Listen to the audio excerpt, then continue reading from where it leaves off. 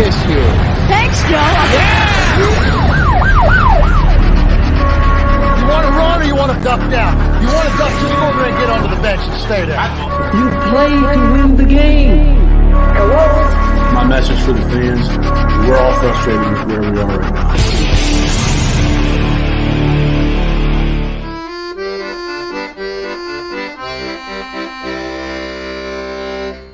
Jets, Jets.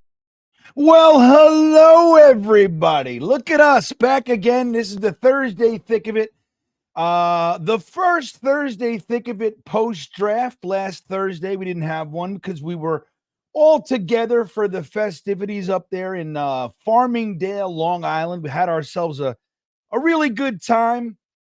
And I thought to myself, I'd like to have a good time this week as well.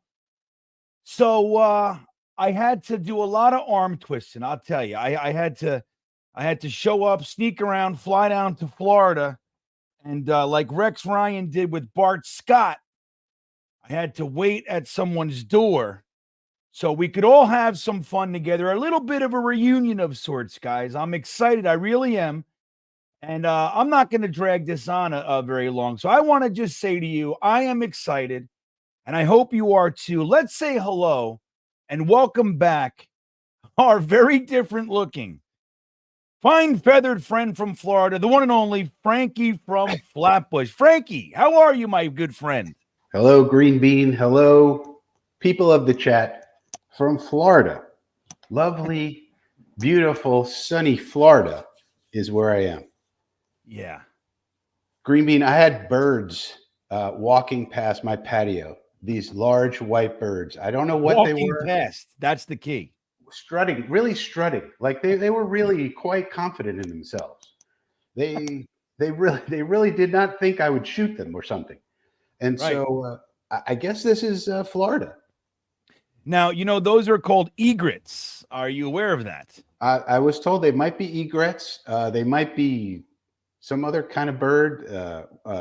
We got all kinds down here, apparently. Yep. They walk around. They feel like they own the place. They have big, long, snouty beaks. Snouty. I think that's what it was. Yeah.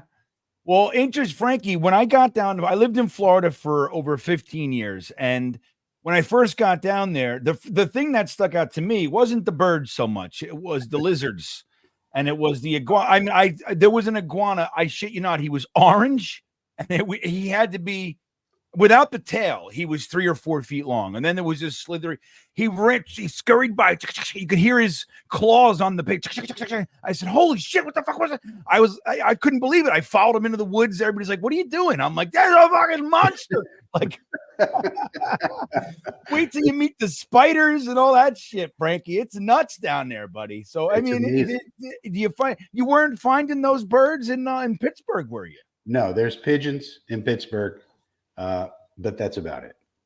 But everything's better down here. It's so much better. People are nicer. People actually smile. They talk to you. They're nice. The sun shines. It's amazing. Now, not to give away your address or your social or anything, but like, are you in northern Florida, central Florida, southern Florida? Where are you at? I'll tell you exactly where I am. I'm in Central Florida, Orlando area, and I'm working for the University of Central Florida. The largest university in America. Really? I wouldn't have thought that. Interesting. Yes, most students of any college in America. It's amazing. That is amazing. So Frankie working for a school that we see NFL prospects come out of. Now, Frankie's going to be an inside source exactly for us. We're going to be bothering the living hell out of you, Frankie. What do you think of this guy? What's going on? That's why I was trying to leave hints in all the chats when I, leading up to this, when I was making the move. I was trying to tell people Javon Baker. There was a reason, because I saw that kid out of UCF and I started paying attention to him. I was like, man, this is a sleeper. But by the time the draft came, he wasn't a sleeper anymore. And of course, the Patriots stole him right from us. Right. You know, there is a line of thinking that says the reason the Jets traded back from 111 is because Javon Baker was taken one pick before. That was their target. What do you think of that? You think that's real? That's probably true, in the fact that they probably had a bunch of guys that they would have taken. They would have stayed and picked with that pick. And Baker was probably the last one. They saw him go, and they said, "Well, that our group is gone," because Joe Douglas thinks in groups and scenarios. So the last one got taken, and they moved down. Yeah, I would have been real happy with Javon Baker too. I mean, look, I ended up pretty happy with the draft, and I'm curious to get your opinions. But I thought that there would be two players from a position taken. I didn't really have any questions about it.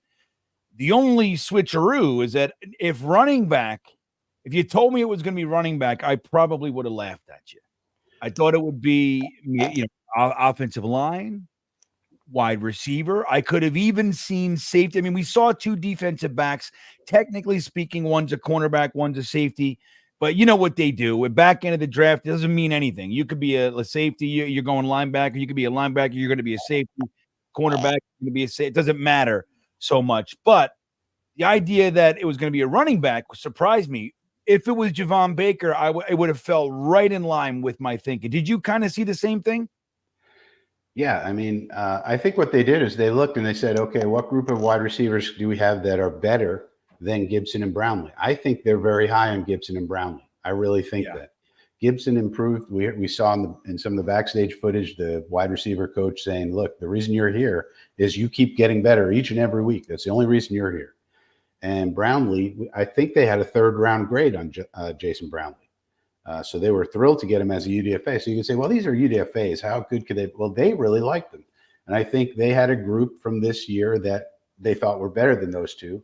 And if all of those guys were off the chart, then they weren't going to take another one because we already got two that are better than the rest. Now we'll see if they're right, but I think that was their evaluation. And then the running back thing, I think, was actually pretty smart. If you think about it, I think their strategy with running backs tells us one important thing, GreenBean. Do you know what that is? I'm on bated breath, Frankie. I think it tells us, and it's great news, that Joe Douglas is planning to give Breece Hall a second contract. Because he's going to keep his legs. He's going to take some wear and tear off the body and extend them. Now he's got these 3 young guys behind Breece that he doesn't have to pay. Let's have a stable of young guys that the 3 of them are going to cost what, $3-4 million combined together? Yeah. In the next 2-3 years, each year.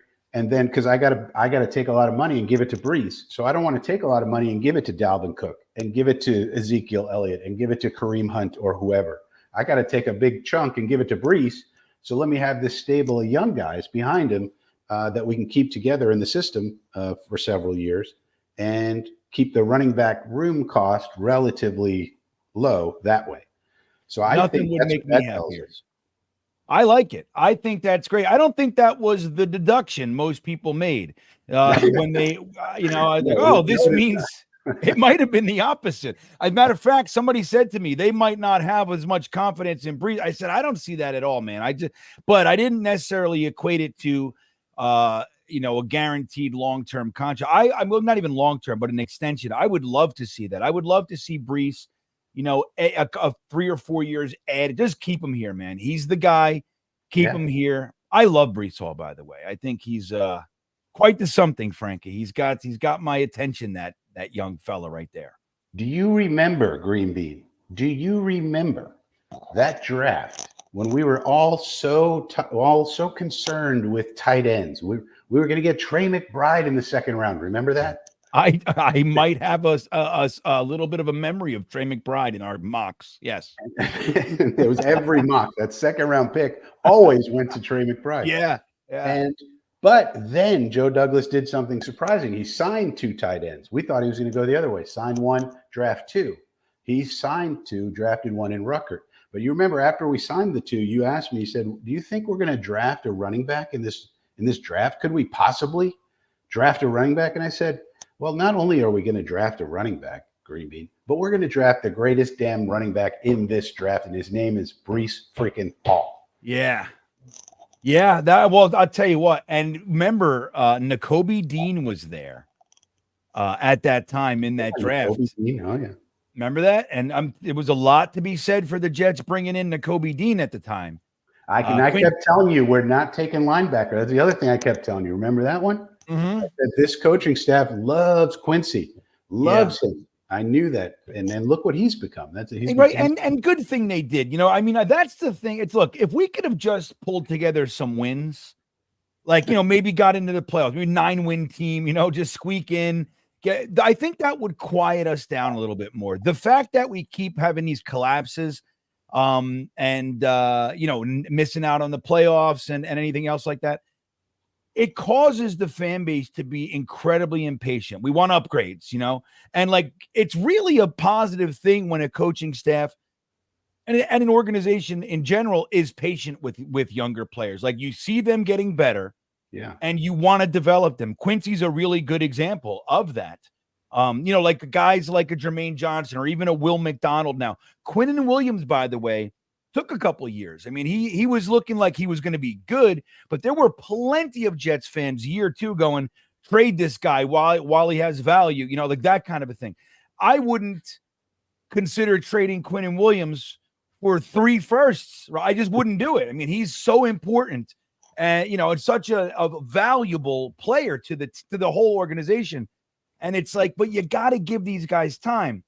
So a guy like Quincy, right? Like, yes, we could have just kind of cut bait or pushed him to the back and brought in a young player to compete with him, but then we wouldn't have our all-pro. He's an all-pro, Frankie. Can you believe it? It's amazing. He always had the talent. It was a matter of could he stop with when we got him from Jacksonville, he had a 25% missed tackle rate. 25% for a linebacker. That is not good. No, they're supposed to be able to tackle, I heard. That's supposed to be in your skill set. So, but he improved that, and now he's much better at that. But think about what Joe Douglas is doing. This is the other lesson from the draft for me, GreenBean, is that I think Joe Douglas does not think he's on the hot seat at all. I mentioned this in the comment one of the other shows with you. But I think this shows he's thinking long term still. He's not going, like, he didn't give the Falcons like 3 first-round picks for that 8th pick so he could get a Dunze, for example, which would have been like an all-in move like that everybody was talking about. Right. He said, no. I'm sticking to my plan. I'm sticking to my values. I'm sticking to my scenarios. I got scenario A, scenario B, C, D, all the way to Z. And I'm just going to stick with it. And to me, that's really good news.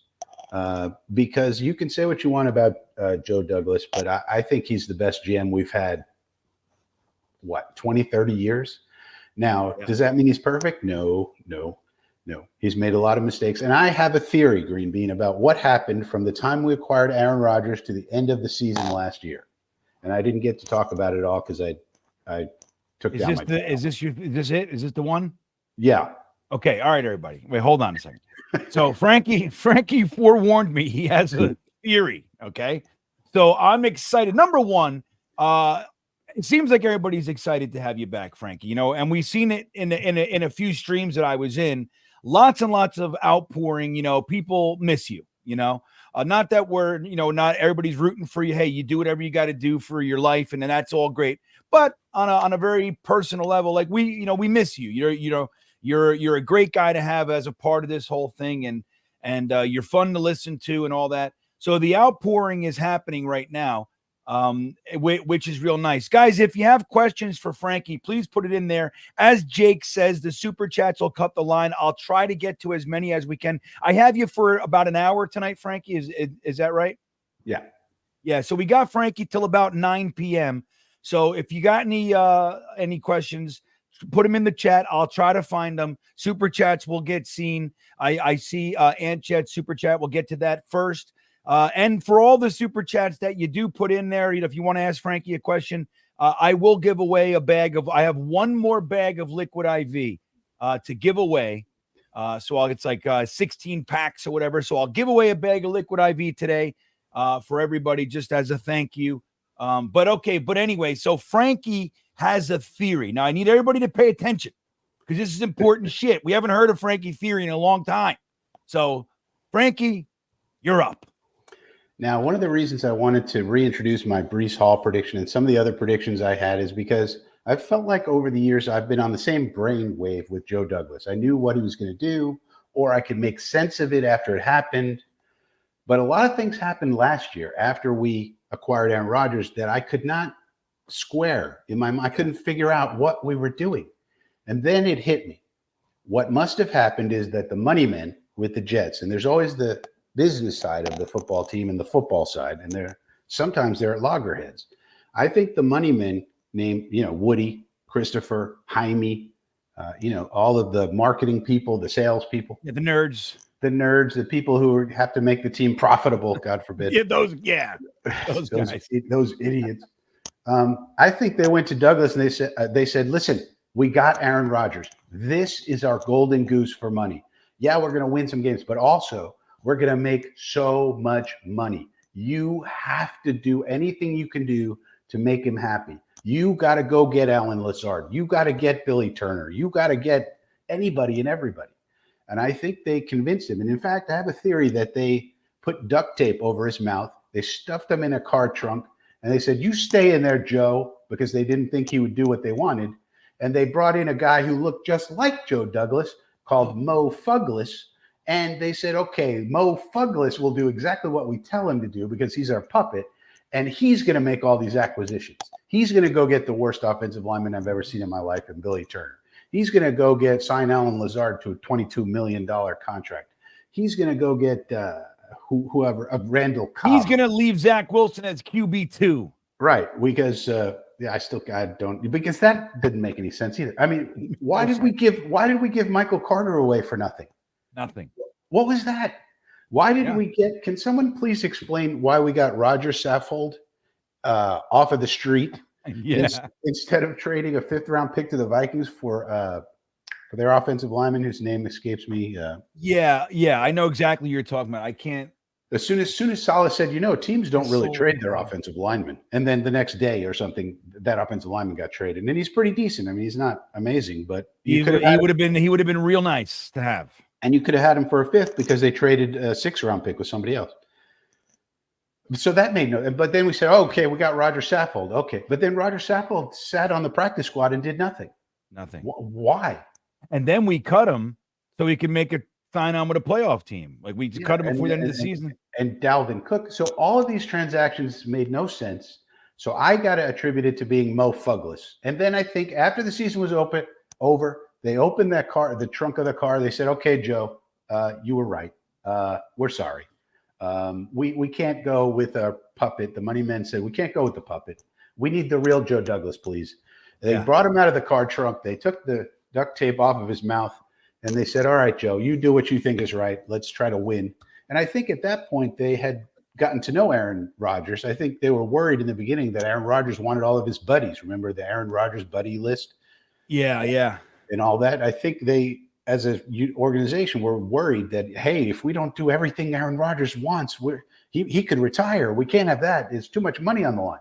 But I think once he got in there and they started to get to know him, they were like, he doesn't want any of that. Like he's not asking for any of those guys. Yeah.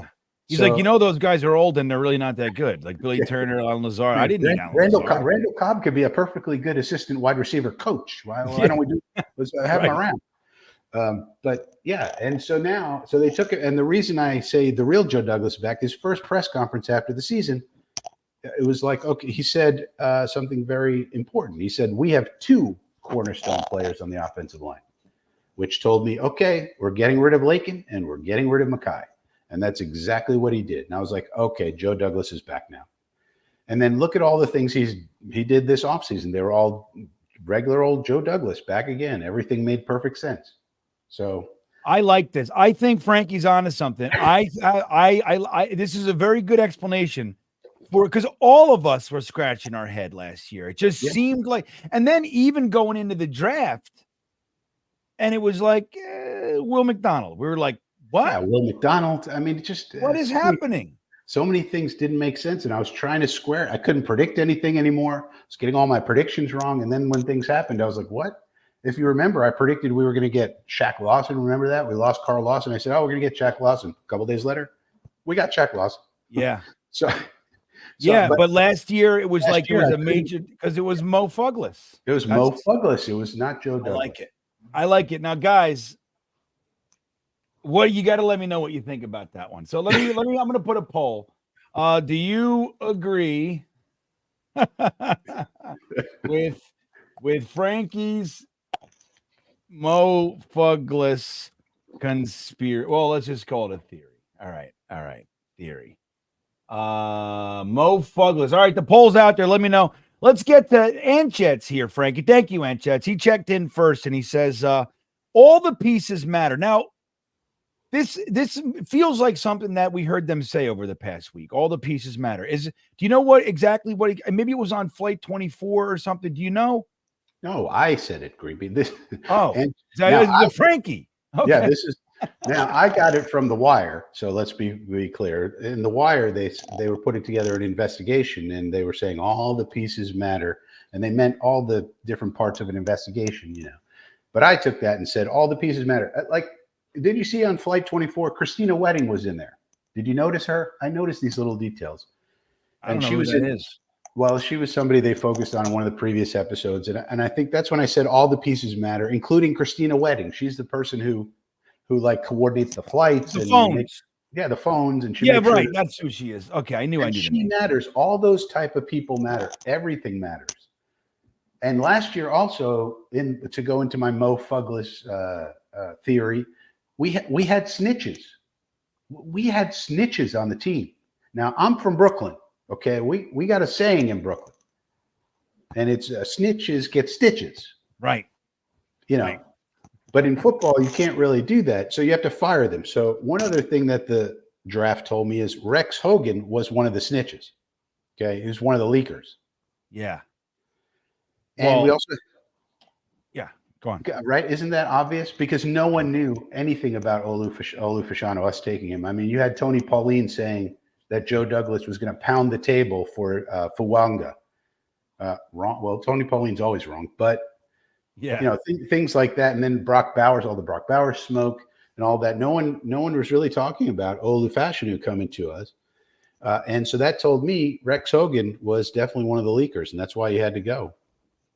Yeah, and because look, Joe Douglas is. I mean, he was. I mean, especially when you compare it to previous regimes, the Joe Douglas regime was more tight-lipped than any regime we've had in a very, very long time. And all of a sudden, there's all this stuff coming out about the inner workings and the inner feelings of of the organization. The idea that Rex Hogan got axed, Taylor Embry gets axed. It just, and then I mean, I don't know about Chad Alexander, but you could have bumped him up to vice president, to assistant GM.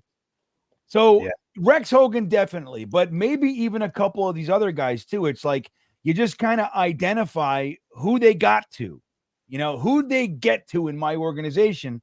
And, once they start leaking shit like Robert Saleh, locked the doors and took everyone's cell phones in that article, which sounded crazy to me from the word go, but it just didn't, the whole year, it just didn't feel like Joe Douglas to me. Right. It was the Mo Fugless year. And we had McCole Hardman giving our game plans to other teams. And has anybody talked about that? We had a player giving our game plans to other teams.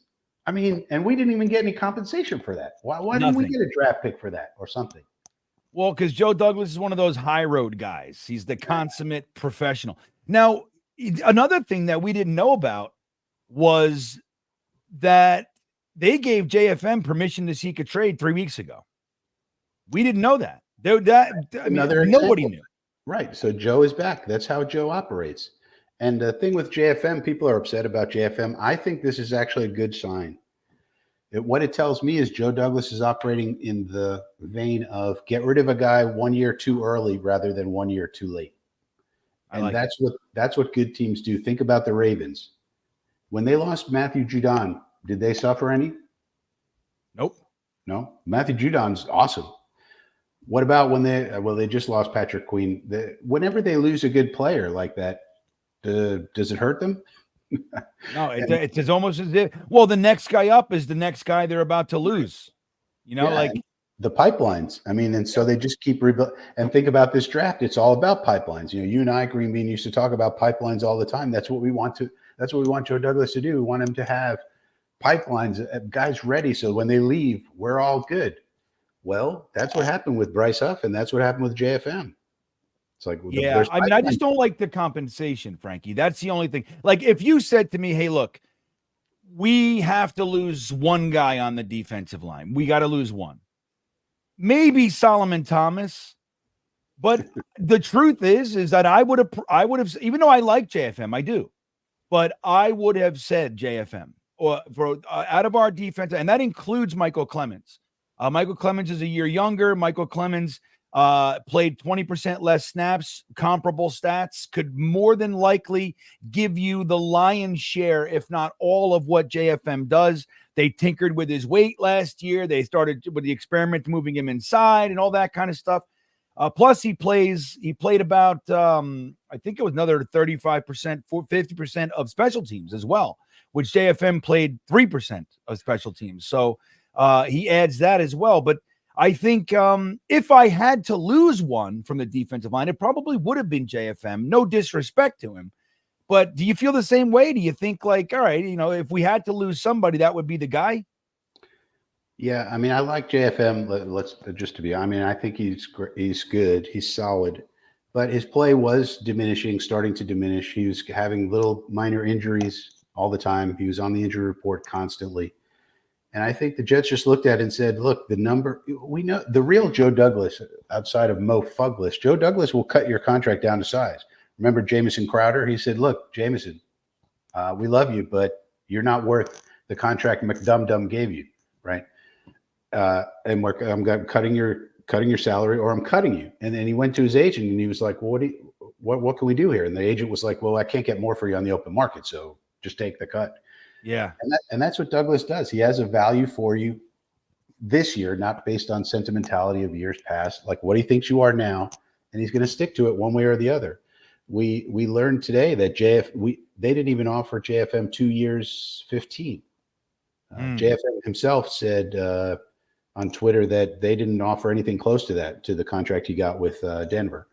So that means Joe Douglas valued him very low, which means that he thinks he's going to be on the decline. Now we'll see if he's right, but I think that's in theory the way you should be operating, and you should be having guys like JJ and McDonald and Clemens coming up to take, and plus Reddick, Reddick, right? And all those guys combined should, in theory, be able to handle what JFM did. And that's the way you want your team to operate. Get rid of guys 1 year too early rather than 1 year too late. I like it. Gunny, who couldn't make it tonight, stopping by to say Frankie the legend returns. That's nice to see. What's up, Gunny? Hope you're not working too hard, buddy.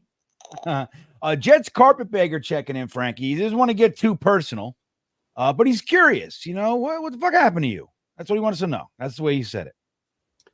I couldn't, you know what happened? I'll tell everyone. Really, and I told GreenBean this before.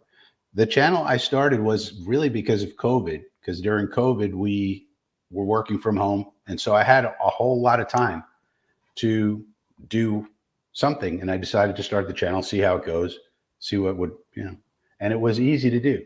But as soon as we had to get back into the office, it just became too much. I couldn't keep it up. I just didn't have the energy. And if you don't have energy and you get on a live stream and you're just like, hey, everybody, how you doing? What do you guys want to talk about? Let's go to callers. Like, you can't. Yeah. Well, and I can relate. Anybody knows, I'm fucking fried. So Frankie's what we would call smarter than me. So, yeah. I mean, look, and Frankie, look, he looks good. He looks young, right? He looks sprightly. Look how good he looks. This Frankie character, right? So it looks like he made the right move. We miss you. I think that's the whole thing. But yeah, so look, guys, it's not a conspiratorial thing. Frankie he made a decision, right? You couldn't do it all. Can't do everything, right? Yeah, maybe I'll make some guest appearances going forward every now and then. Yeah. Well, you're always welcome here, Frankie. I mean, if you're in the mood, you say, hey, can I pop on? I got some theories I want to tell you. There's another guy that they're tying up and putting duct tape on his mouth. that may be good, because I do occasionally have my theories. Yeah. Oh, well, look, I'll end the poll real quick and get to some other super chats.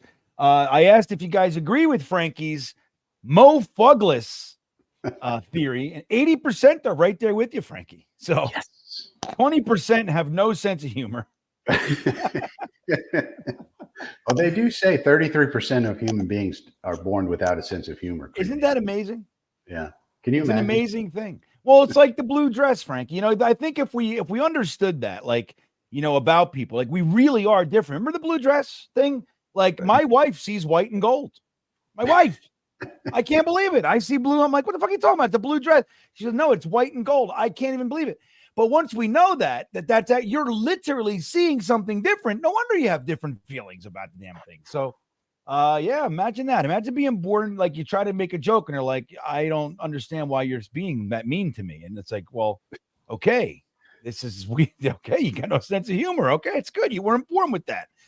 Fat Gandalf checking in says, Frankie, are you writing for Law and Order now? Is that what you're doing down there at UCF? Nope.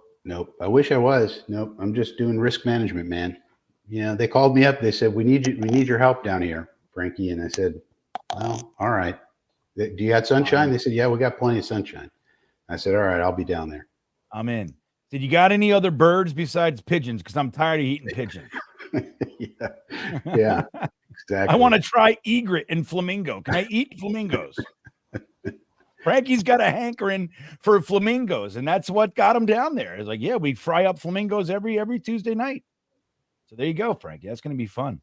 Sneakers to Boots checking in. The in-depth conversations Frank and Beans have are like no other. JD did a great job at balancing an all-in year with prioritizing the future. You know, and that, you know, thank you, Sneakers to Boots. I love Frankie. You know, I feel like Frankie's, you know, one of the more fun people to talk to from my angle. I just, you know, so I appreciate the comments. I'm sure Frank does as well. Frankie does as well. But, you know, this brings up a pretty interesting conversation piece that a lot of us were having, Frankie. I'd love to hear your take that the way Joe Douglas managed this draft shows that he doesn't feel he's on the hot seat. Now, I have I get that, but I've maintained Joe Douglas is Joe Douglas. He believes in the way that he does things, and it doesn't matter. Even if he was on the hot seat, he would probably still act like this. What are what's your take from this? Do you feel like this kind of alludes to the idea that maybe he got a little nod of, hey, don't worry about it, man. You're going to be here, even if maybe the coaching staff doesn't work out, like Woody and Joe Douglas are kind of have a little, maybe a side agreement, so to speak? Or do you think it's just, Joe Douglas is Joe Douglas? What would you make out of the way he managed the draft this year? Well, I was worried that he might go too all in, and because he thinks he's on the hot seat, but I don't think he thinks he is. The other thing I always look at, and I shared this with Phil Adams. I don't know if Phil's still in the chat. That's Phil's flag. You know what? I was going to make comment to that. I said, look, clearly, like Frankie's just moving in, right? He's only been there a little bit. And look what's already on the wall. The Phil Adams. Great Phil Adams. Yeah, the great Phil Adams, Jets Jack, only 5 in the world. So I have one, you have one, Jeremy has one. I forget, there's one more out there, and then we gave one away. Ablab actually won it. I got mine right there, right next to me. It's always nearby. But yeah, I was like, when you signed on, I went, oh yeah, look at that. That's neat. That's cool. Yeah, I made it all the way down here. And I let Phil know that, like, of all the things I took, there's a lot of things you have to throw away when you're moving. It's just really sad, but that's one thing I'll never throw away. But I was worried that Joe Douglas was going to go too all in and sacrifice the future. I think Joe Douglas and Robert Saleh are not connected, not tied at the hip. I mean, if you look at this roster, okay, one thing I always look at, Mike Clay of ESPN, you guys can look at him on Twitter, Mike Clay. He puts out, he updates all the rosters and does an analysis who has the best roster, on paper, and he does it by position group. And he, every position group can be 0 to a 4, and then he adds up the scores, and then he divides by the number of position groups, and he says, okay, who's got the best roster? Guess who has the number 1 roster in football right now, according to this analysis? The Steelers. Not the Steelers, no. Oh, you're not going that way? Okay. Where are you going towards the Jets? Is that what you're doing? The number one team in football on paper right now, according to this well-respected ESPN analysis, is your New York Jets. Number one. And Joe Douglas's job is to construct the roster. That's his job. So now Saleh and crew have to take those players and make them win freaking games. So it'd be hard for me to say after putting out the best roster, let's say you disagree with the analysis a little bit. It's definitely a top 10, top 5 roster. So how can you get rid of Joe Douglas? I mean, we had crazy injuries last year to the two most important position groups on the team, quarterback and offensive line. And we still won 7 games. So to me, I don't see how, now that Joe is back and replaced Mo, I don't see how you can get rid of Joe. I really don't. And because he's building for the future, he's building the pipelines. Olu is a pipeline. Even Corley, he'll be good this year, but he's probably gonna be great next year. Yeah. And so forth and so on. And they're building depth all over the place. Stiggers and Key, and he's building the depth. Some of the UDFAs he signed, there's 2 or 3 that really could make the roster. I'll tell you, I like Braden McGregor, Frankie. That's McGregor and Taylor and who else? Who knows? And they're really good at developing UDFAs. They've had great success there. So I think Joe Douglas is doing exactly what we want him to do. And the other thing is, if you get rid of Joe Douglas, who do you think is going to replace him? Right. Who is going to want to come and work in New Jersey? These 32 guys who are general managers, they're killers. They're assassins in the business world, if you think about it. You know how hard it is to be a general manager in the National Football League, to get a job like that? You have to be a total assassin. And you think one of those guys is going to want to come to New Jersey with its high tax rates, terrible weather, you can't pump your own gas, and you shake hands with a girl and all of a sudden you have mononucleosis? I mean, no. Right. Nobody's going to want that Joe. We should be, even if you think Joe is average, because he had a bad year last year. I think everybody can agree to that. But this year he's killing it. So if you say he's 50-50, number one, a 300 batting average for a general manager is 50%. But even if you think that makes him average, well, that's better than, the Idzik 12 and McCagnon with his ridiculous contracts and all of that. So even if you think he's average, I think he's got to stay. But Saul is a whole other. I think Saul is a whole different kettle of fish. Yeah, I tend to feel similarly. Now, not that, I mean, I was critical of last year's offseason from the word go. I was like, why are we resting on Dwayne Brown and Mekhi Becton at tackle? Yeah. The only real guy they brought in was Billy Turner and an injured Carter Warren in the draft. It didn't feel right. I'm like, oh man. Now, if everything best case scenario presented itself, okay, we're good. But number one, that never happens. We're not a best case scenario organization. We're a contingency plan organization. That's you need to have plan C, and it needs to be good. And then like the backup quarterback was another one. The Dalvin Cook thing was, look, the name recognition was exciting a little bit. Everybody said we had an extra few $1 million. Okay, fine. It was late. It was in the middle of training camp or toward the end of training camp. Fine. But it seemed like there was not a lot going on. Randall Cobb, Alan Lazard, Mecole Hardman. It was like a lot of, okay, Aaron Rodgers needs to make this work. This year it seems like they're like, no, we're going to give Aaron Rodgers everything that he needs support-wise to succeed, not, hey, take this stale, soft offense and make it into something. Because there are some playmakers, like Garrett Wilson, Breece Hall, even Tyler Conklin, Jeremy Rucker. Like, these are guys that can definitely be a part of a very successful, offense. But you need that infrastructure, and it just felt weird. So, like, I agree with you. I think, man, when you look at our roster over the past 10 years, and obviously before Joe Douglas, the idea that Aaron Rodgers was like, I want to go there. Yeah. That speaks volumes. Where a couple years back, Kirk Cousins looked at us, he said he just used us as a negotiating tool to go to a team that he could actually play with. He wasn't coming here. There was no fucking way. There was no way. Okay. Go ahead. Finish your thought. I was going to say, I saw a comment by Infrared also, which triggered a thought that You know, Aaron Rodgers not only wanted to come here, he gave away $35 million. He said, Dude. Joe Douglas, take $35 million, keep it, put it to other players, please. And then CJ Mosley did the same thing this year. I mean, these are Hall of Fame players. And then Sauce Gardner, like Infrared said, Sauce Gardner today said, I want to play the rest of my career as a New York Jet. What in the world? So Joe Douglas is building this culture. I mean, that's culture. Yeah. And so, again, I don't see how we can really fault JD when these amazing Hall of Fame players are taking tens of millions of dollars and saying, I'll put it to the team, Joe. Put it on the teams tab. Get other players in here. That's amazing. That does not happen. Really. Much. And then you look at, you know, even like a Tyron Smith's contract. Yeah. Is another one. I mean, it's I agree, man. I'm right there with you.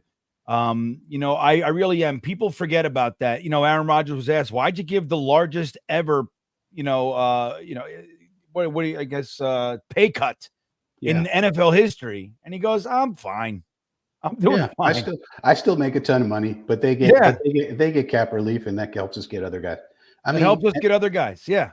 And CJ Mosley did the same thing this year. He was like, I already made my money. I got my McCagnon bucks.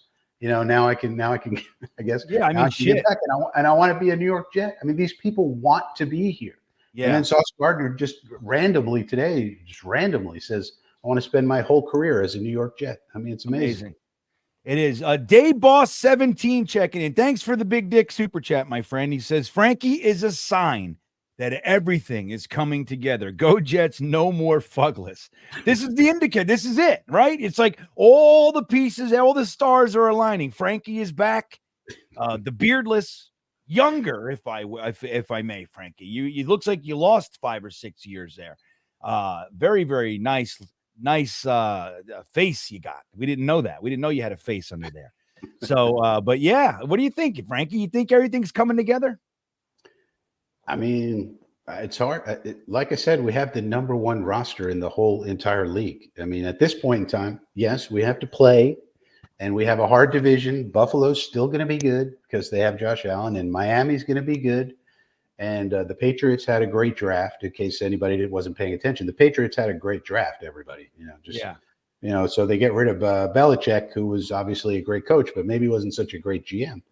And now they have apparently, if I was a Patriot fan, I'd be very optimistic about Elliott Wolf and the new process he put in place. They had a great draft. So we have a tough division, but we got to start winning. And what I do know, too, about our offense and Nate Hackett and all of that is you need to have a smart quarterback running Nate Hackett's offense. That is the number one ingredient. We all know Aaron Rodgers is a football genius.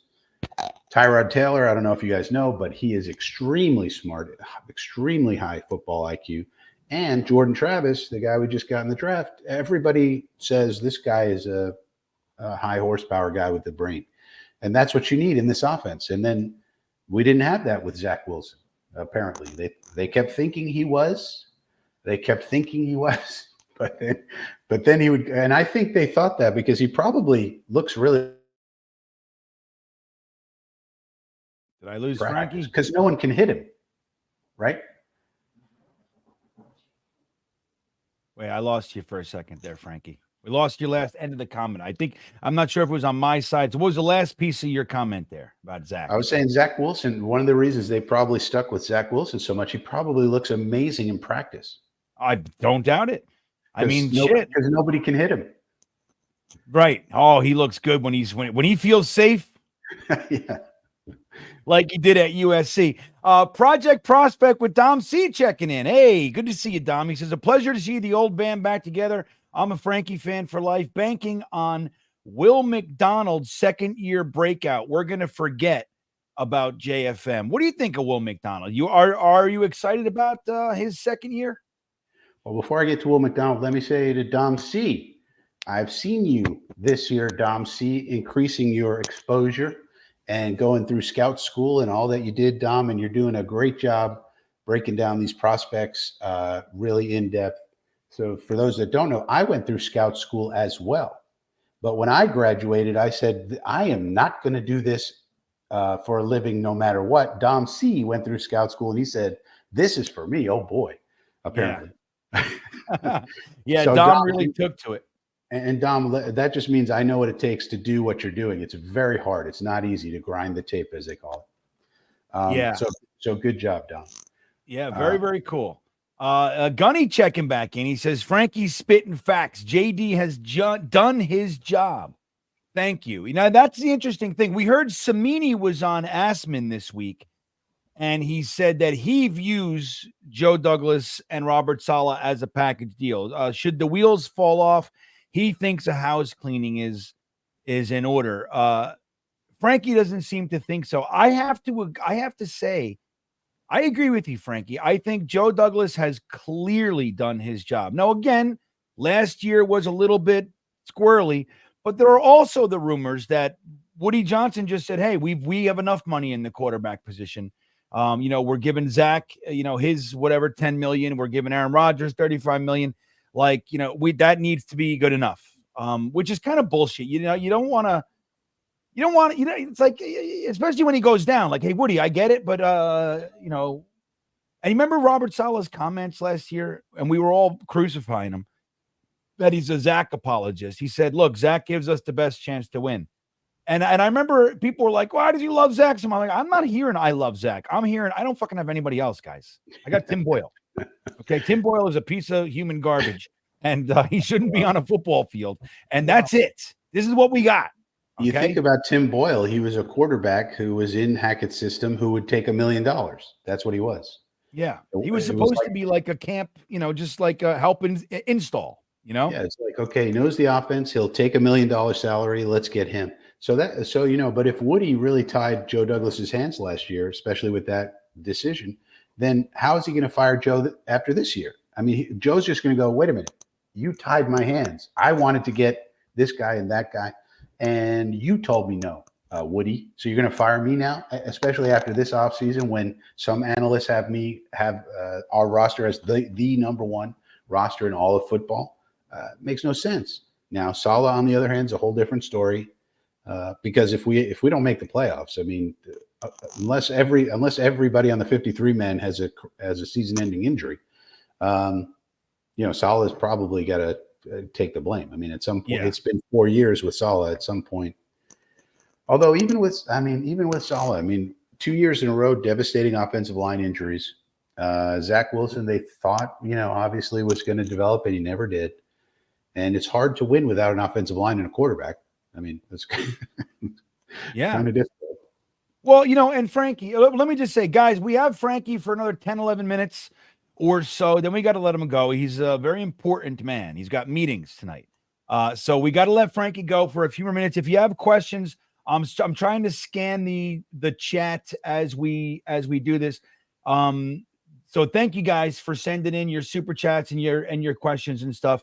But Frankie, if you had to put your finger on the issue the last couple of years, like you said, I agree with your most recent statement that if wheels fall off for whatever reason, unless we have 53 season-ending injuries or something like that, it's on style. I mean, if the wheels fall off, the rosters here, if the wheels fall off, it's coaching, right? And even teams last year like the Browns, they lost 3 quarterbacks. They went to the playoffs. You know what I mean? So.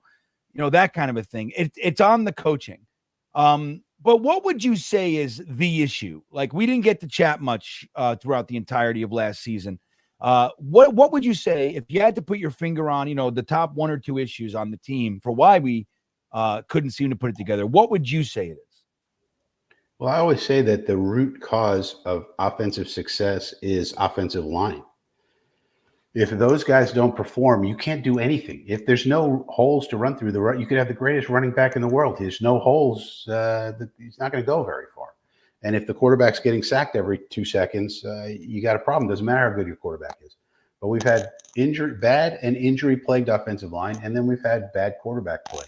It's very hard to win in the modern-day NFL with those 2 things. One thing that everybody should keep in mind is that the modern NFL is from 2012 to now.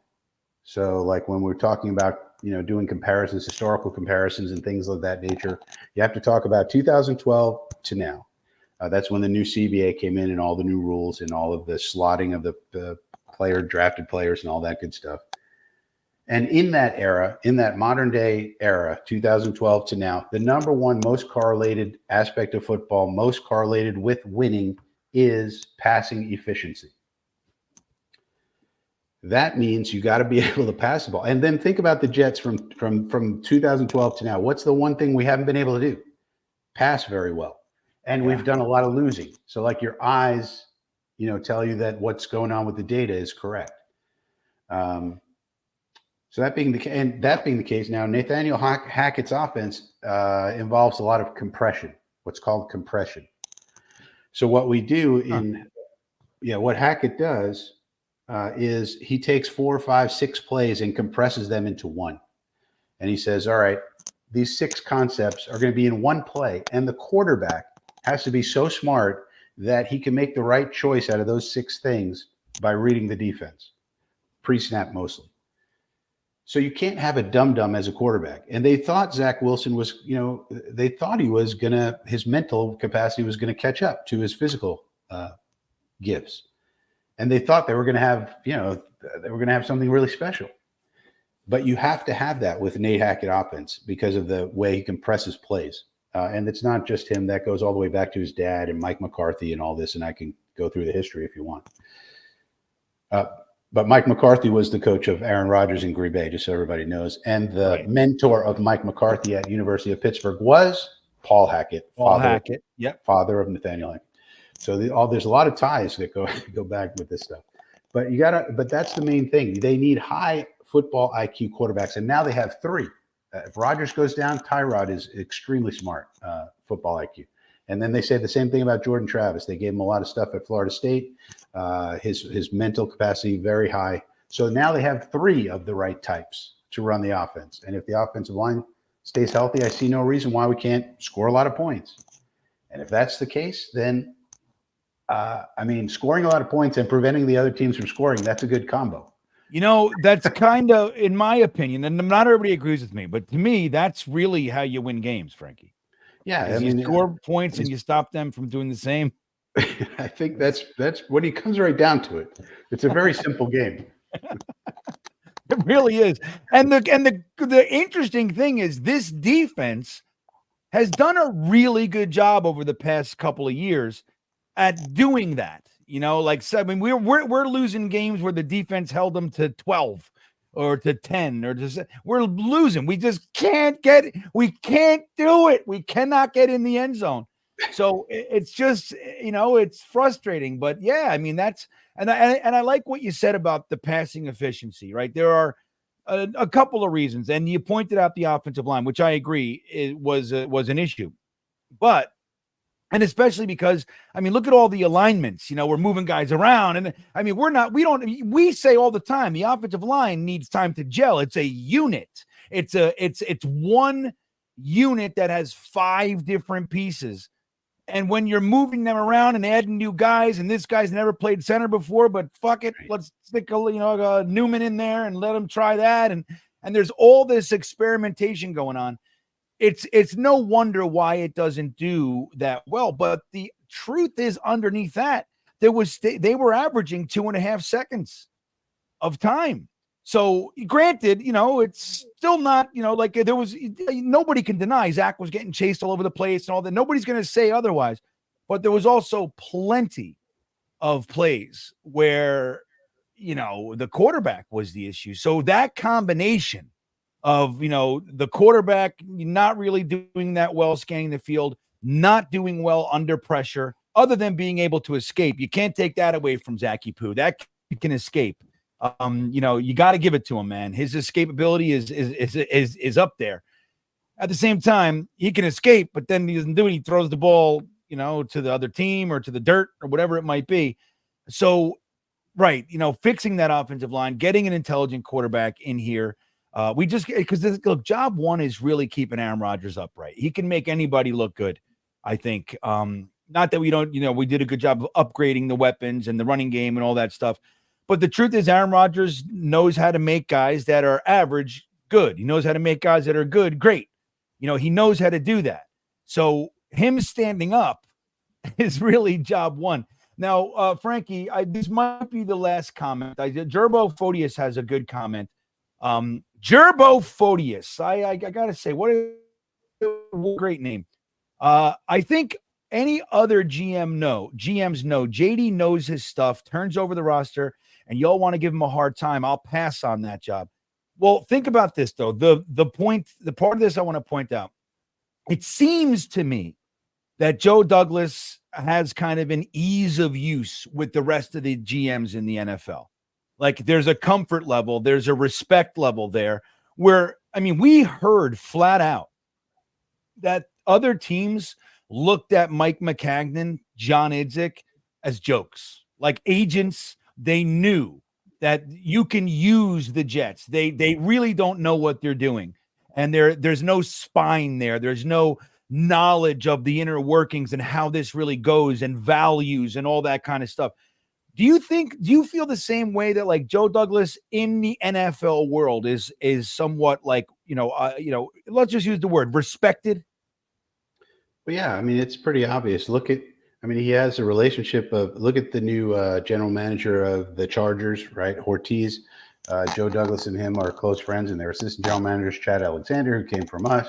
And Joe Douglas was under Howie Roseman in Philadelphia, and of course under Eric DeCosta and Ozzie Newsome in Baltimore. So there's some connections there where he's worked with these guys. There's 3, 4, 5 connections right there, and he's known most of the GMs for a long time. I think he's respected. He really is. And so again, another reason why. Who else are we going to get that's as respected as Joe Douglas, who can call and make a deal with, probably if he's not as close with Eric DeCosta and Ozzie Newsome, he probably maybe can't make the Morgan Moses deal, because they probably are like worried, this guy's trying to get over on us. I'm not sure if we have a replacement. Joe Douglas is like, well, look, we've had Morgan before. We want him back, and it's just easier. It's just, easier to make deals. And on draft day, it probably helps too, because you have to make very quick decisions. And you can't be wondering, is this guy screwing me over? You do have to have some sort of trust level. So I think it does help. Yeah. And I'll tell you, you mentioned before the, why didn't we get any compensation for the Mecole Hardman playbook extravaganza? He just traded for Hassan Reddick for a 2025 third. Maybe that's, you know what I mean? It's like, it's Howie Roseman, right? Howie Roseman. And he's got a relationship with the guy. That's right. Another mentor, if you will, of Joe. He just called and said, hey, look, I'm not going to make a stink about this, but, I see you got there's a couple loose nuts. I'd like to take one off your hand, and here's what I got for you. Let's do that, and I won't make a stink. And he said, okay, that's how I see it anyway. And we'll let you sign Becton. Go ahead and take Becton. All right, last one for you, Frankie. Just somebody showing some love. Rex Ryan, the former Jets coach, checking in. Wants you to know. Let's fucking go. Frankie from Flatbush is back, baby. Did you know Rex Ryan was such a fan of yours? I did not know that, but I think as soon as I get off of this call, I'll go get a snack just in his honor. You got to go get the pretzel M&Ms, Frankie. If you remember, that's what it was. So listen, man, I want to thank, look, everybody missed Frankie. It's still coming in the entire stream. I'm not sure if you've kept your eyes on the comments. It hasn't stopped. It's been, for the last hour, it's been just a constant, stream of comments just like that from John Liv, 3897. Everybody misses you, dude. I think I've gotten, throughout the last year and change, legitimate, DMs, just everything aside, is Frankie okay? What is like that, like genuine concern. Like I would say, yeah, look, I've talked to Frankie, he's alive. You know what I mean? So, I don't know exactly what's going on or, what's happening right now in his daily occurrences, but he's alive. But it was consistent. It was a regular thing. And, I think everybody's just happy to see you back, man. It's been nice having you in the chats. You're a wealth of knowledge. I will say, I really hope that at some point you will come back on and bring a couple spreadsheets with you, because this is weird with you not having a spreadsheet handy. It's a weird thing. Well, I'm working on some sort of advanced, a little going beyond the spreadsheet, a little linear regression analysis, a little bit more into the data analytics. That is part of the plan. I've been telling people in the chats, it's a 5-phase plan. I'm on phase 3. Part of the plan was move out of Pittsburgh and move down south. So that's gotten accomplished. But I do have a long range plan that involves RX3 venture capital. I don't know if you know what that is, GreenBean. I know what venture capital is. The RX3 part's got me. I think of RG3. So something to do with quarterbacks from the old Redskins. That's what I'm thinking. No, actually, no. RX3, the 3 partners of RX3 Venture Capital, the first guy's last name was Roth. Second guy's name was Rob, Raabe. The third guy's name is an R name that has something to do with the Jets. Huh. Anybody on our team with an R last name? With it, Rodgers. Hello. Right. So RX3 is Aaron Rodgers Venture Capital venture. So you're joining in. Well, I got a long range. It's a long range plan. It's also a long shot, but it involves that. So that's a little sneak peek. Well, that's exciting news. I can't wait to hear. Frankie's going to come back wearing crowns with jewels and say, it worked. My long-range plan was a success, everyone.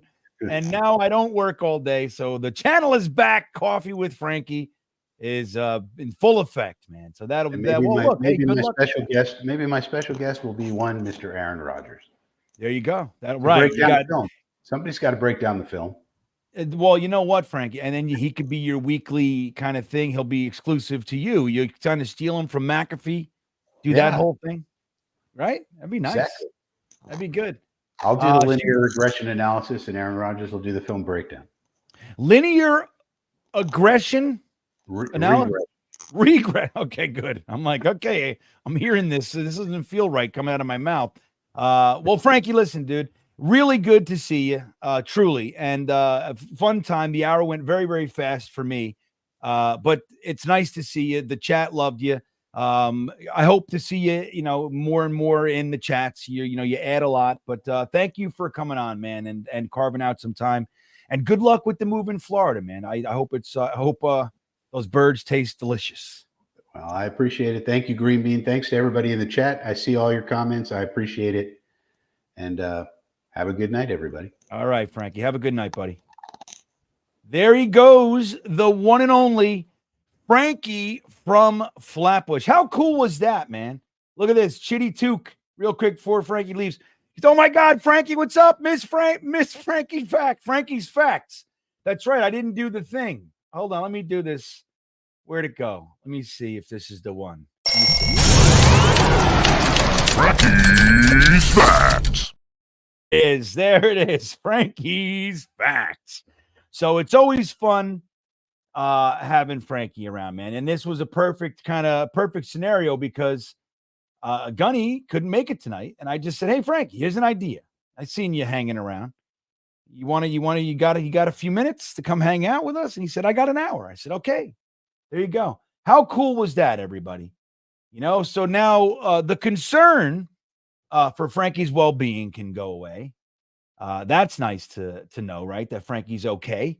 And then not for nothing, you see Frankie's still paying attention to the Jets.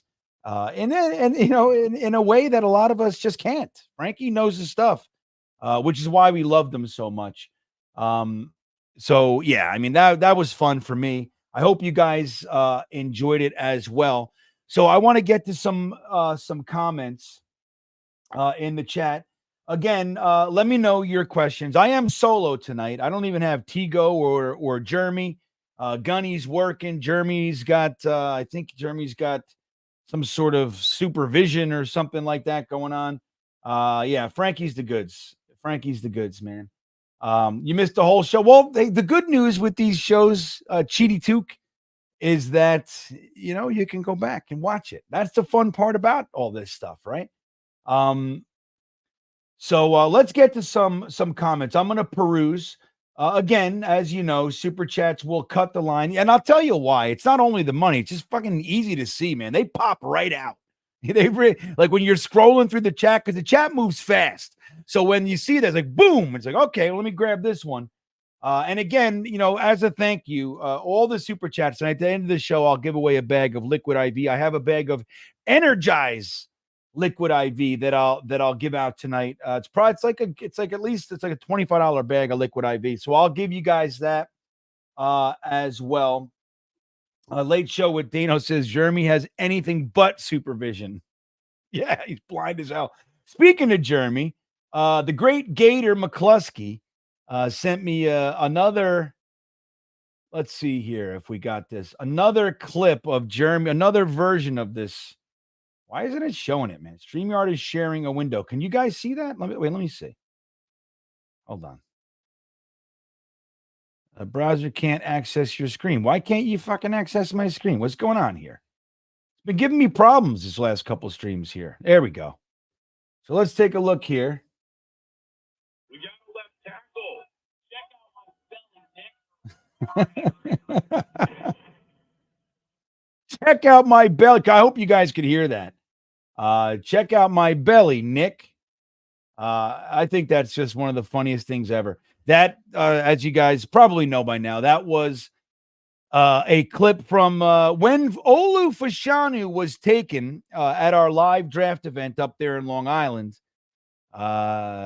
Jeremy and Nick, I have a sneaking suspicion they worked that out beforehand. I don't know. Maybe it was just impromptu. They both lift up their shirt and rubbed stomachs. I don't know. I have a sneaking suspicion that maybe they said, hey, let's do this. That's fine, of course. But yeah, we're having a lot of fun with that one, man. So that was a great. I loved having the crowd there. And you know what was really cool about it? That it wasn't a Will McDonald moment. And again, we're all rooting for Will McDonald. I think Will McDonald's going to have himself a really nice sophomore year. I really do believe that, especially, with Bryce Huff leaving and then now JFM being gone. Obviously, we added Reddick, but when you look, it's like, the making room for Will McDonald, I think, is important. He's got, can we just say this? He's got significantly more talent, athleticism, and upside than JFM. So he's a first-round draft pick. You saw his potential last year. In my opinion, they should have used him more, especially at the tail end of the year. I was like, why aren't we using this guy? Where the season's over.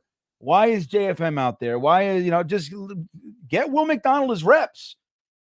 But that said, he still had a fantastic win rate. You saw the skill set and why they liked him. So making room for that type of talent is important. Keeping them at that, 15 to 20%. It's a travesty, I tell you. So let's do this. You know what I'm going to do tonight? I'm going to open up for calls because I'm lonely. I'm pretty lonely here. I'll throw this in the chat for you guys, and then I'll pin it up. If you'd like to check in, say hello, and hopefully not show Lion King porn. Which seems to happen every time I do this. I tell you, I asked Jake a few months back. I said, how the hell do you, I said, how do you filter through all the people that want to show porn? And he goes, what? I said, all the guys that, when you let them on the channel, they say hello and then they put up a porn video. And he goes, I have no idea what you're talking about. I said, really? You've never come across that? He said, never. I said, it must be me. Maybe I attract that sort of thing. I'm not exactly sure. But the phone lines, if you will, are open. I know Rusty Spooner will be calling in shortly. Maybe we get to have a chat with Rusty. But if you'd like to check in, by all means, I pinned it to the top of the chat. Just click that link and you can come on the show and we'll have a few minutes together. Right? Hank G says, well done, Gator. You guys want to see something? So let me show you this. Gator has been working on my upgraded logo. So let me find it for you guys. I'm going to show you guys first right here. I haven't shown anybody publicly yet, but here's what we got. I wanted it to be a take on my logo, but I wanted it to be 3D. I wanted it to have some depth. Mine is very, very two-dimensional, this thing here. So I wanted to, where the hell is it? Where's Gator's, where's his thread here? All right. So come on, Gator, where are you? I thought I had him right up top. So I'm gonna have to do it a different way here. Dwayne, blah, blah, blah, blah, blah, blah. There he is. Okay, Gator. So let's take a look here at the new GreenBean logo. You guys ready? Here we go. So Gator giving me some depth, making it a little bit more human. So this is what I'm gonna let me see here. That's why does it show the whole thing? I just want to show the one window. Hold on here. Okay, here we go. What do you think? That's a Gator. An upgraded hat, updated hat, I should say. So yeah, there you go. That's what I'm running with here.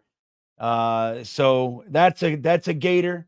So he doesn't only do funny videos and stuff like that, but he does the graphics and everything. So I know I love my logo, and it's not going away, but I'm going to be using this as well. So I'm going to be peppering different things with this. You guys like it? And Max Power, right? Beanie's the boss, right on, man.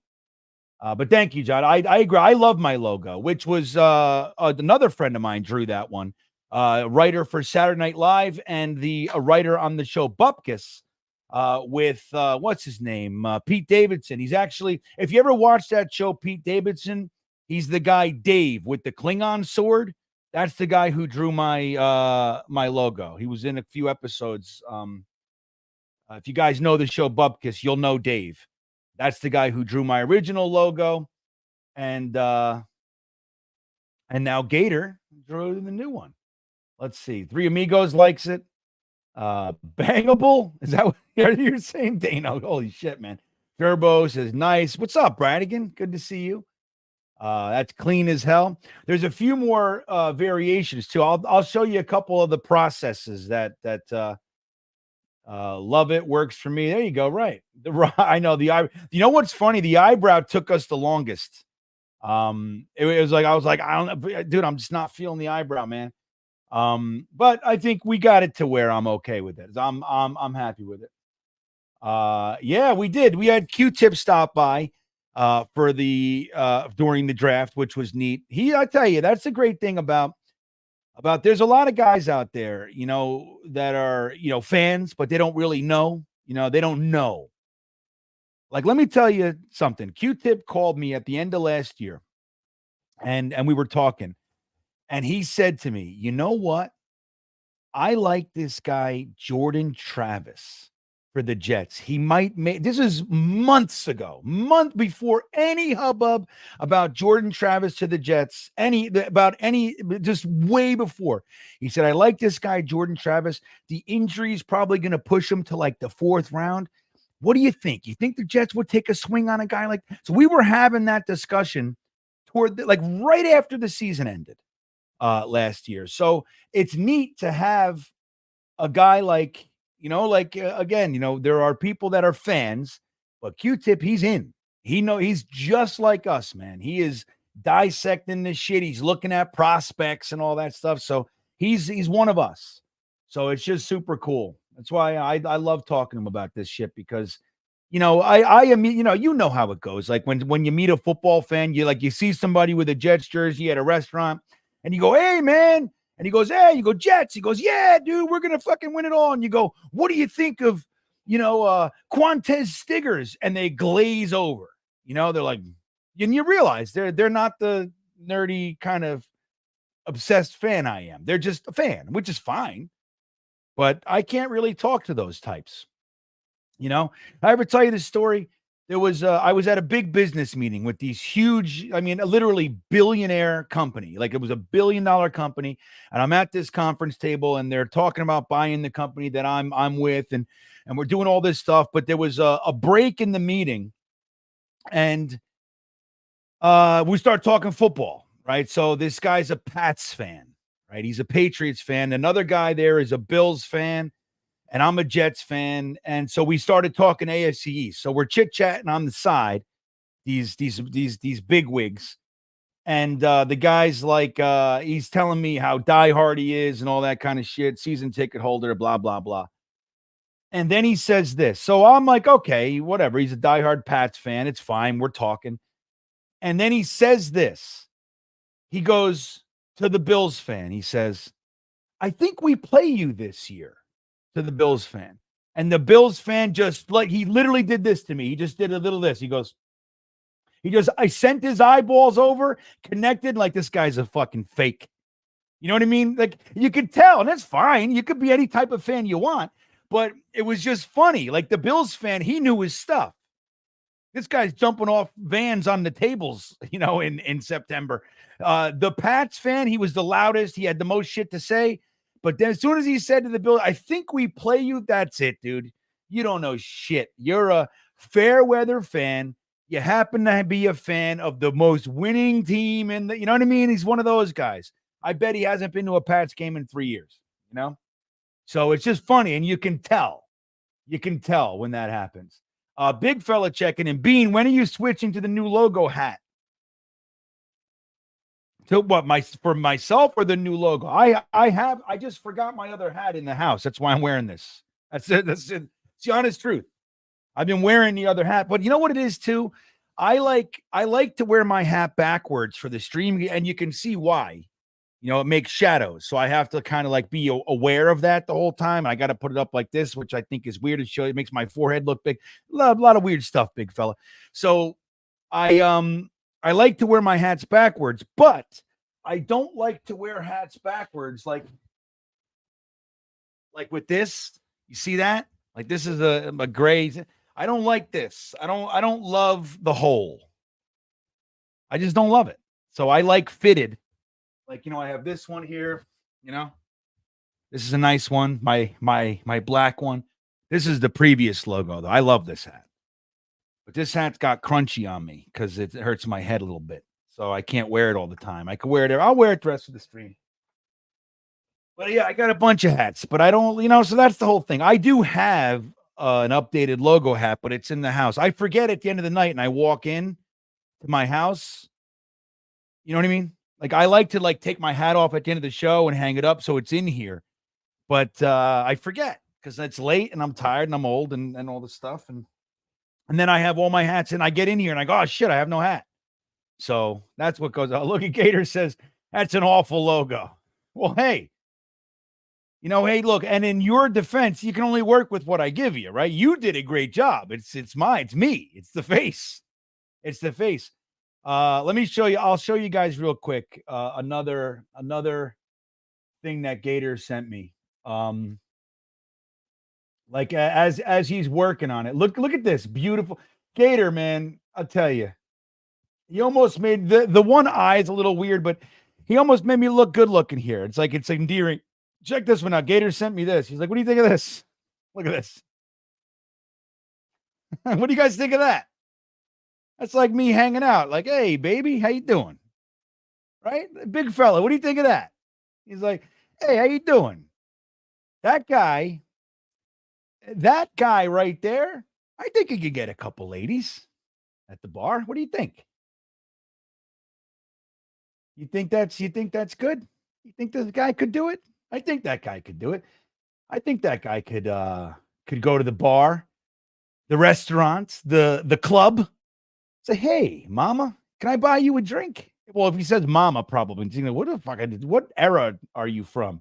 Hey, darling. Should I say that? I'm in Virginia. Look at this, Gator. John thinks you're super talented. I have to concur. Is that the word? I feel like that's weird. I agree. How's that? Inference says, I hate every single logo we've had except the Legacy logo. That's so funny because this one is my favorite. Like this uniform, not the word mark. I'm with you. The one that's on that hat on the screen, that's my favorite.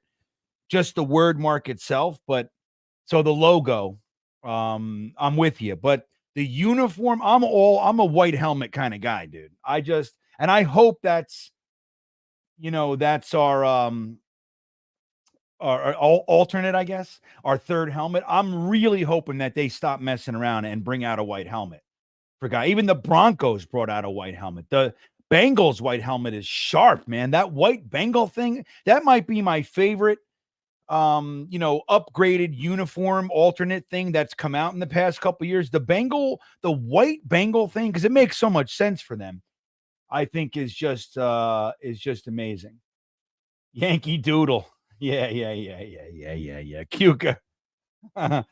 Dano says, can we stop clowning on each other for wearing the old logo? We shouldn't have to pack up and put away all our old merch and memorabilia, like normalize people peppering in the new stuff. Yeah, like, look, the truth is that times are tight.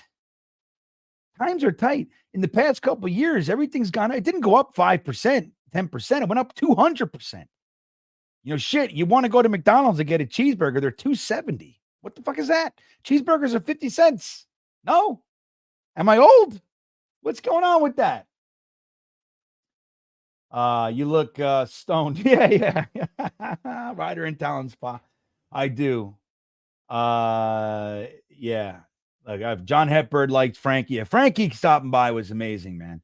I'll be honest, I didn't know if he would agree because he hasn't been able to in a while. So, and I've asked him, a couple of times, but he wasn't able to. So I was really happy when he said, "Yeah, I'll do that." I said, "Holy shit, look at that, he's coming on." Gerbo agrees, thinks I'm baked. Grade B porn star. Oh, that's so good. A gigolo, right? Yeah, he's a gigolo. I'll take that. GreenBean has more color in his beard than in that one. That's good. All right. Hey, are you ready? I got a caller. He looks like he's setting up porn. That's what he looks like. Yeah, he hung up. He's setting up porn, no doubt. That guy. Maybe not. Maybe I'm wrong. But it looked like there was a lot going on there, man. So I'm not gonna do that. The logo is growing on you like a fungus. All right. John agrees. The Bengals uniform is good. But I know, well, look, Super Leroy, the no white helmet right now, obviously I made my case that again, I'll reiterate that the two greatest coaches that we've ever had, Weeb Eubank, Bill Parcells, both in the Hall of Fame, said the same thing. The white helmet helps the quarterback see the player, the receiver, on the green field. I mean, it makes sense to me. I mean, I don't know, blue dress, white dress, you know what I mean? Like whatever. But green field, white helmet versus green field, green helmet. All right, B-Mag, you're okay. You look better now. Okay, you look like you can freak me out. Let's see. Let's take a shot. All right, let's say hello to B-Mag. Packers. What's up, man? Hey, GreenBean. What's up? I've been waiting to jump on here with you. I'm a big fan of you. You are a legend. You're a GOAT. I finally get my moment. Been watching you. Been watching all of the Jet content creators. You'll probably see me on the Jake Asman show. I've been popping on there a ton too. So yeah, as you can tell, I am a Packer fan, but the Jets are my adopted team. They're on my second team because of AR8. I was just going to ask, is that because of Yes. I mean, I'm still a Packer fan, but I still support, my guy too. So yeah. Were you sad to see him go? I mean, yeah. I was one of those Packer fans that that we should kept them for one more year on the back. I know his last year in Green Bay, it wasn't no secret. It didn't work out well. Rough year for him, rough year for the team as a whole. We had new wide receivers and, the broken thumb and the injured rib, and he was playing banged up. But I think you can tell him in the front, him in the Packer front office, their relationship was pretty much done. It seemed like they both want to move on from each other. So you can tell it was a divorce waiting to happen. This is a matter of a win. And once, Rodgers had a down year for him, it was time to cut the cord. So, but yeah, I'm a little disappointed, but look, what I mean? As they said, great things come to a end. So Everything ends, right, man? Yeah. But what do you look? You got Jordan Love. That's not the worst. He looks like he's going to be the real one, right? Yeah. Oh yeah. Jordan Love. I'm really impressed with him. What he did this past season. You know, I know he got off to a rocky start in the beginning, but you know, towards the end, he really came on. I'm really excited with our team. I thought we had a great draft. And you know, we got a ton of potential, and I think we're gonna do a lot of big and great things. Yeah. So you like the draft? The Packers had a good draft, if I remember correctly. Who was your favorite pick that you got this year? We got a linebacker. I forgot his name, but we got a linebacker in the second round, I believe. He's a big Drake stud. Cooper. Yeah, Cooper. Yeah, Jay Cooper, him. Yeah, he's a stud. You know, we need to you know, our linebacking core is a little thin, so we needed to beef that up. I like the offensive lineman we got in the first round. You know what I mean? I think we need to beef up that O-line because we got to protect Jordan Love.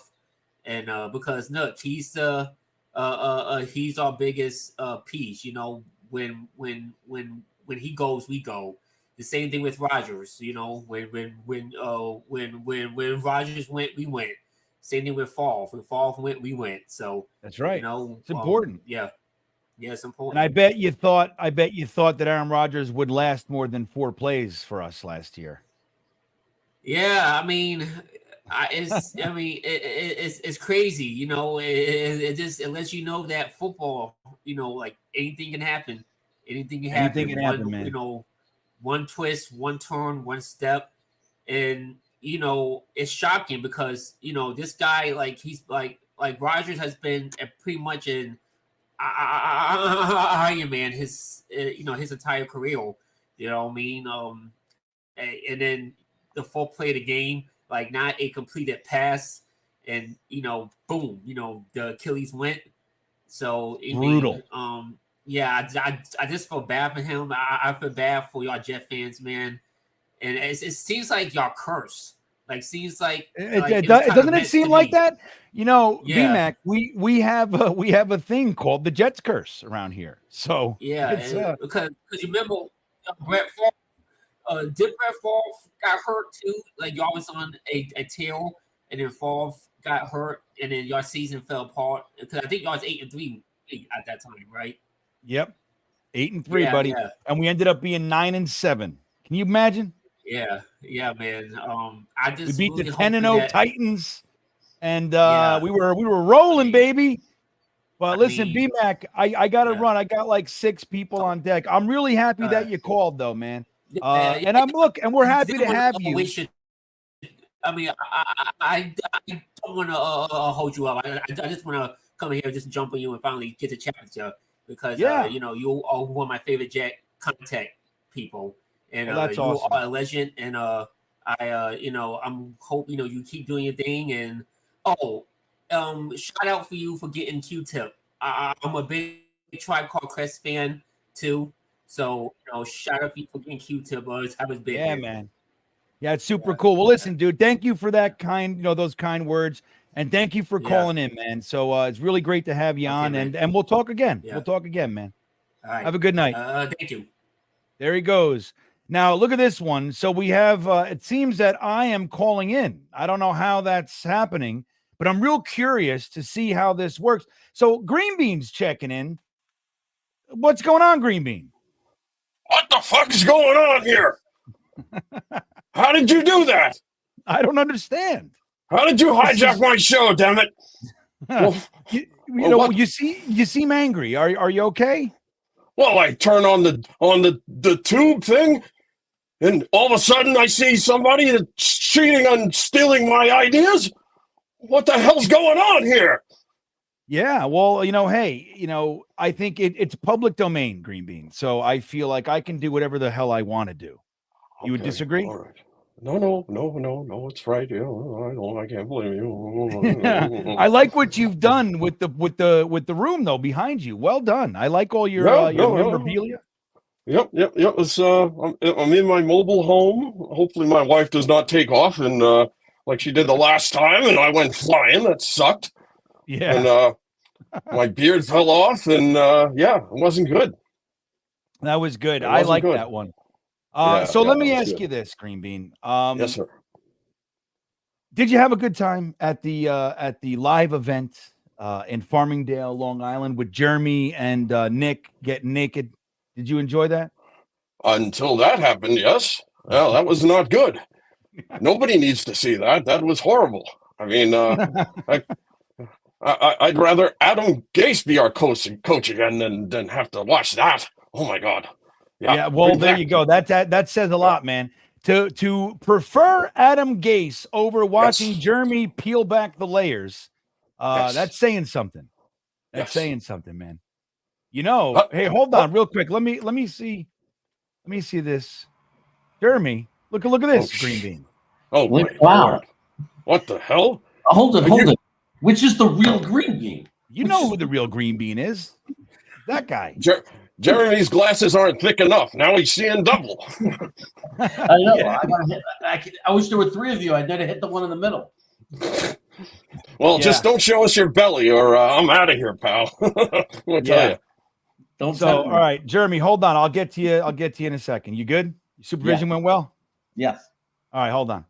So there he. I know we're talking about his breasts, so I figured we'll say hello. But all right. Well, GreenBean, thanks for checking in, man. This was good. Is the wife starting the RV or anything? No, she's sleeping. Sleeping. That's good. Sleeping. That's best. You better be quiet because she doesn't. What I've heard is that she doesn't like being woken up. That's what I've heard. I can't speak from experience, but okay. Yes. Yeah. No, I try to leave her asleep as much as possible. That's so smart. I can do my Jets things. I have lots of Jets things I do. That's right. Well, listen, thank you for checking into the Imposter Show.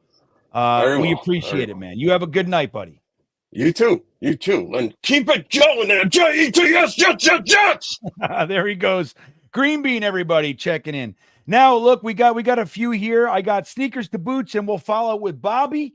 Got a few on deck. I see a couple more there. Oops, what's that? That's sorry. I'll get right to you. He went, and I went to the wrong one.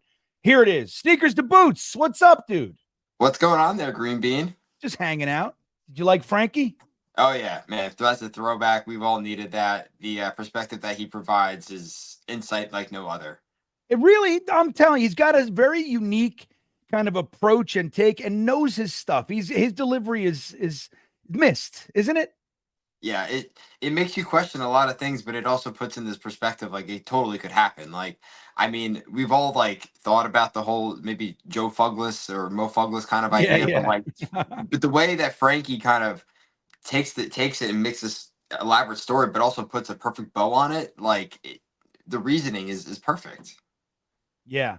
I mean, dude, because all of us, I mean, I don't think there were too many people defending last year's I mean, look, Aaron Rodgers, right? So it kind of quelled a lot of our issues, but around that, it really was an interesting, it seemed uncharacteristic for how he was building the team. It just felt off. And I mean, the idea that the real Joe Douglas was duct taped and stuffed in the trunk makes about as much sense as anything else you could present, right? Yeah, I mean, well, the thing is that the sense of urgency from last offseason, like, you felt it. Everyone around you felt the pressure, like, you felt the hype, you felt it. I mean, we also had, obviously, Hard Knocks come in and have their part, too. But, like, the fact that Joe Douglas didn't do an absolute ounce of anything after Aaron Rodgers went down after the fourth play, it didn't seem like we were living in reality. Like, based upon how Joe Douglas built together this team with the amount of depth that we have, and he puts together the worst possible starting quarterback room in all of football history. I wouldn't put it past. Like, it was that bad.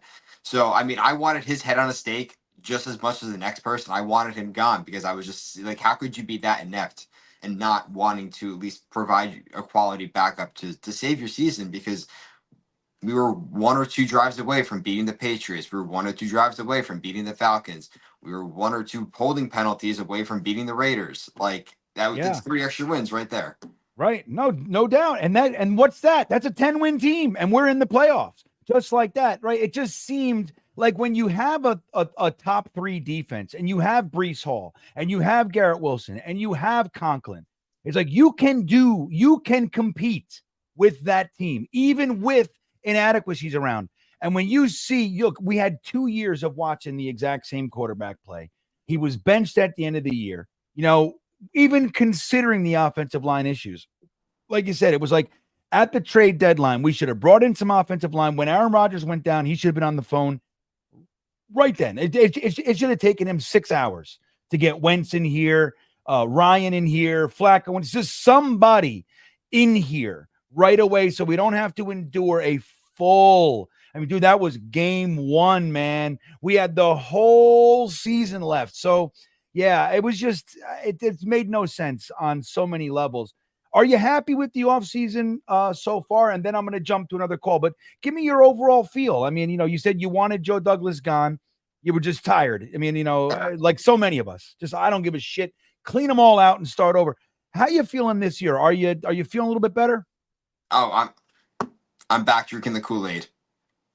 I'm full bore. I'm waiting for the schedule to come out. I'm gonna wait until that schedule comes out and buy an away game, maybe Tennessee or Arizona. So we'll see about that. But I'm happy they went offensive line. I'm ecstatic because I know the weapon is the shiny toy. It's the highest ceiling that we could have this year, but our floor has been so low. It's been beneath the earth. Like we've been going underneath the earth, like the past 3 or 4 seasons, especially with the offensive line injuries. And like the people that sit here and criticize that pick, like they haven't been watching the Jets. They've just been watching the box scores. They haven't been nearly in tune as much as we have, because the fact that they think that it's just all going to be highlight plays of this, that, and the other. It's like you need a foundation, and we never had the foundation. We were trying to put up a house without a floor, without any sturdy material. So I'm happy the way that he's put everything together. I mean, I saw that he said on his the podcast that just put out that he said you'd be crazy to think that he got what he got during the offseason, what he got this year. So, yeah. I mean, I'm ecstatic. They still need to add another receiver. I can't wait. I'm already sipping the Kool, like I said. Jets, Jets. Let's go, baby. There it is. Awesome, man. Hey, good to see you, Sneakers to Boots. Thanks for checking in, my man. No problem, man. Thank you. There he goes. Let's say hello to the perpetually waving, the one and only Bobby. Hey, how you doing, GreenBean? My brother says hi. He likes you very much. That's right. Tell your brother Mikey. I said hello. Okay, I will.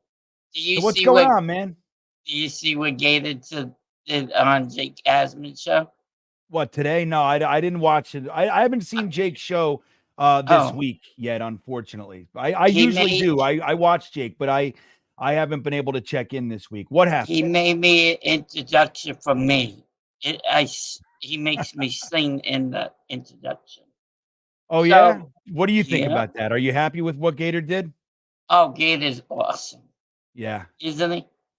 Oh, he's the best. Well, I'm gonna commend you, though. I got to give you some credit, Bobby. Yeah. Your call onto the fan was a thing of beauty, my friend. I mean, it was perfect execution. Masterfully done. When you felt like you might be losing him, you brought up the kid. You kept him engaged. You stayed on script. Really, well done, Bobby. What was the inspiration for? What gave you the idea to do that?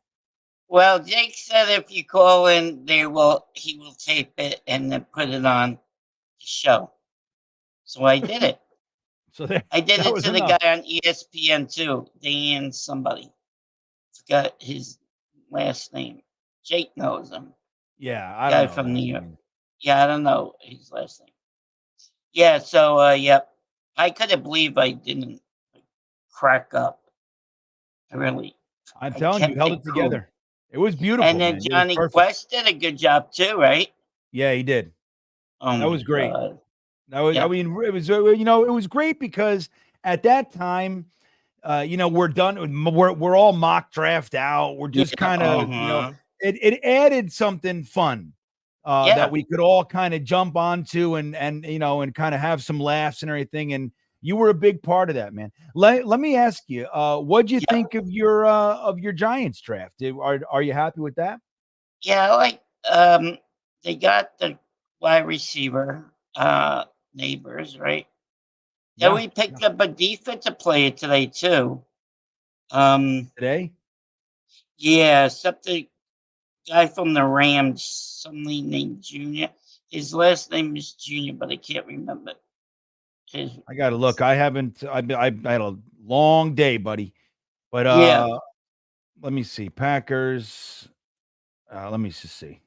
See, the Jets people let you call in. The Giants chat doesn't let you call in at all. You can't call in any. That's why you hang out with us. Yeah. Yes, I like. Yeah. I hate typing. That's what I cannot stand typing.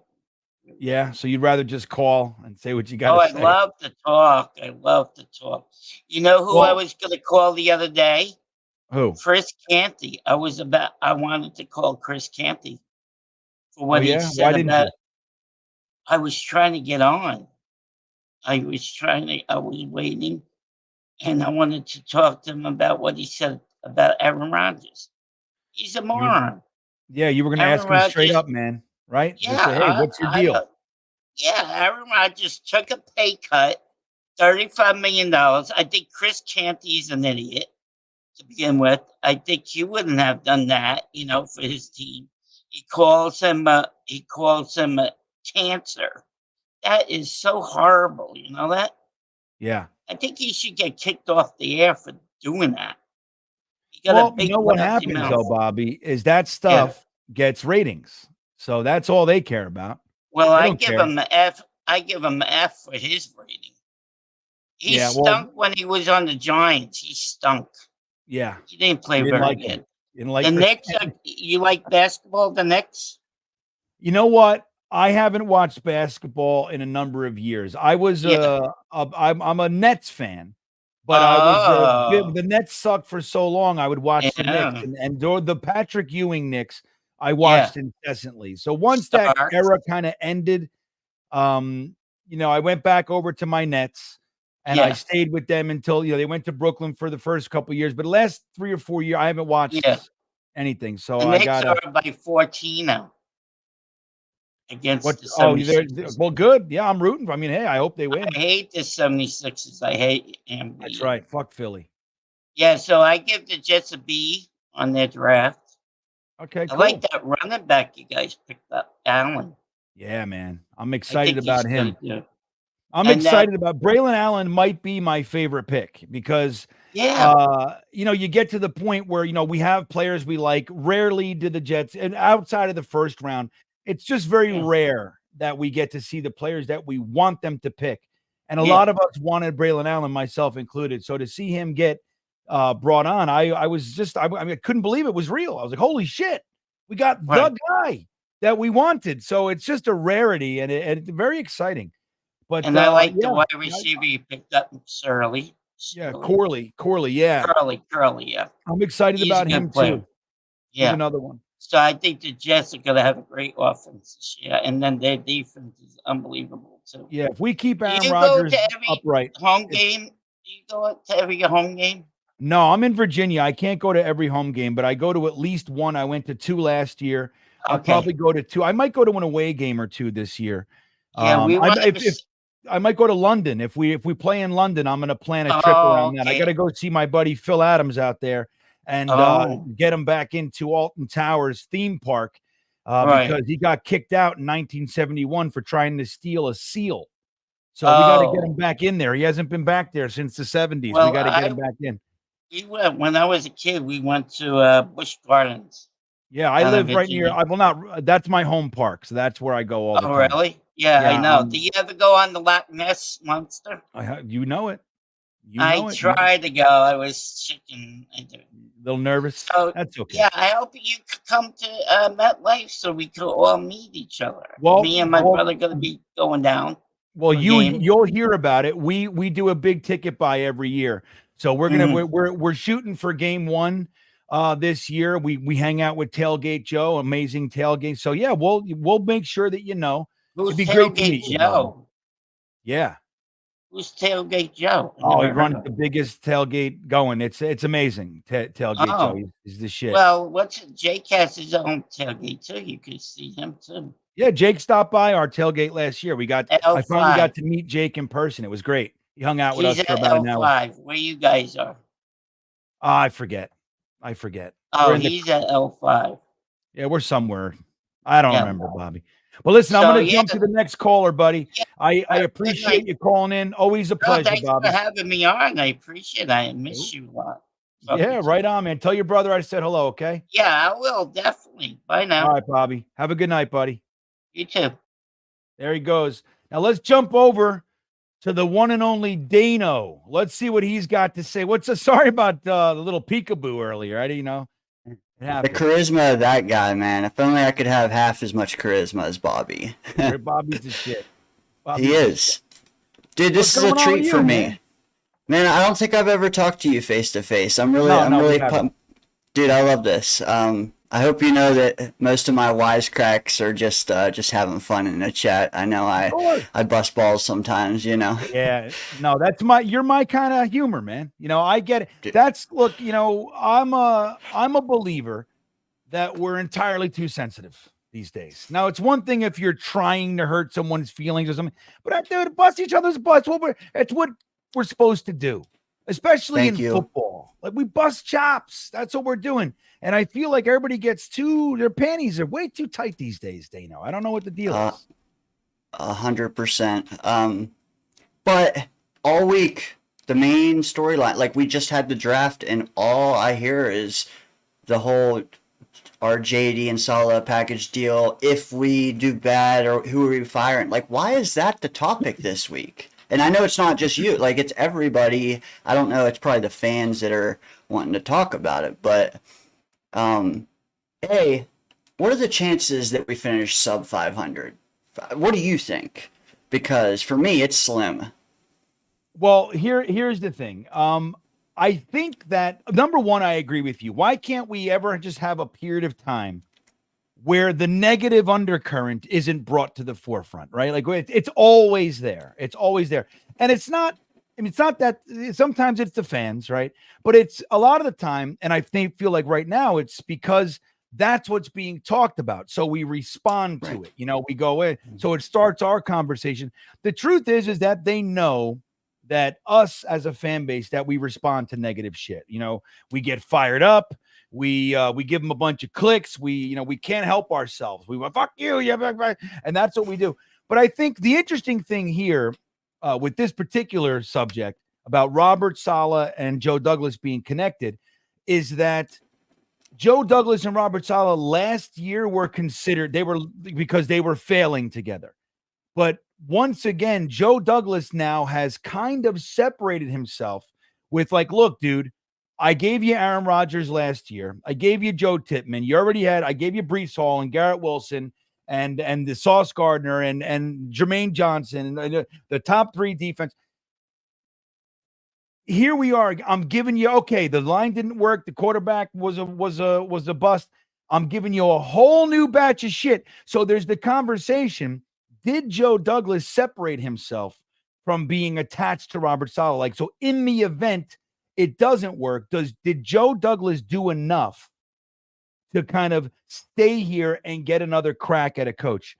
So I think that's where it's coming from. I get it, because I think we're excited about this offseason. Let me ask you, do you think was there anything that we missed this offseason? Is there something that you wanted to see them do that maybe he didn't do? There's only a few spots on the roster that I'm a little queasy over.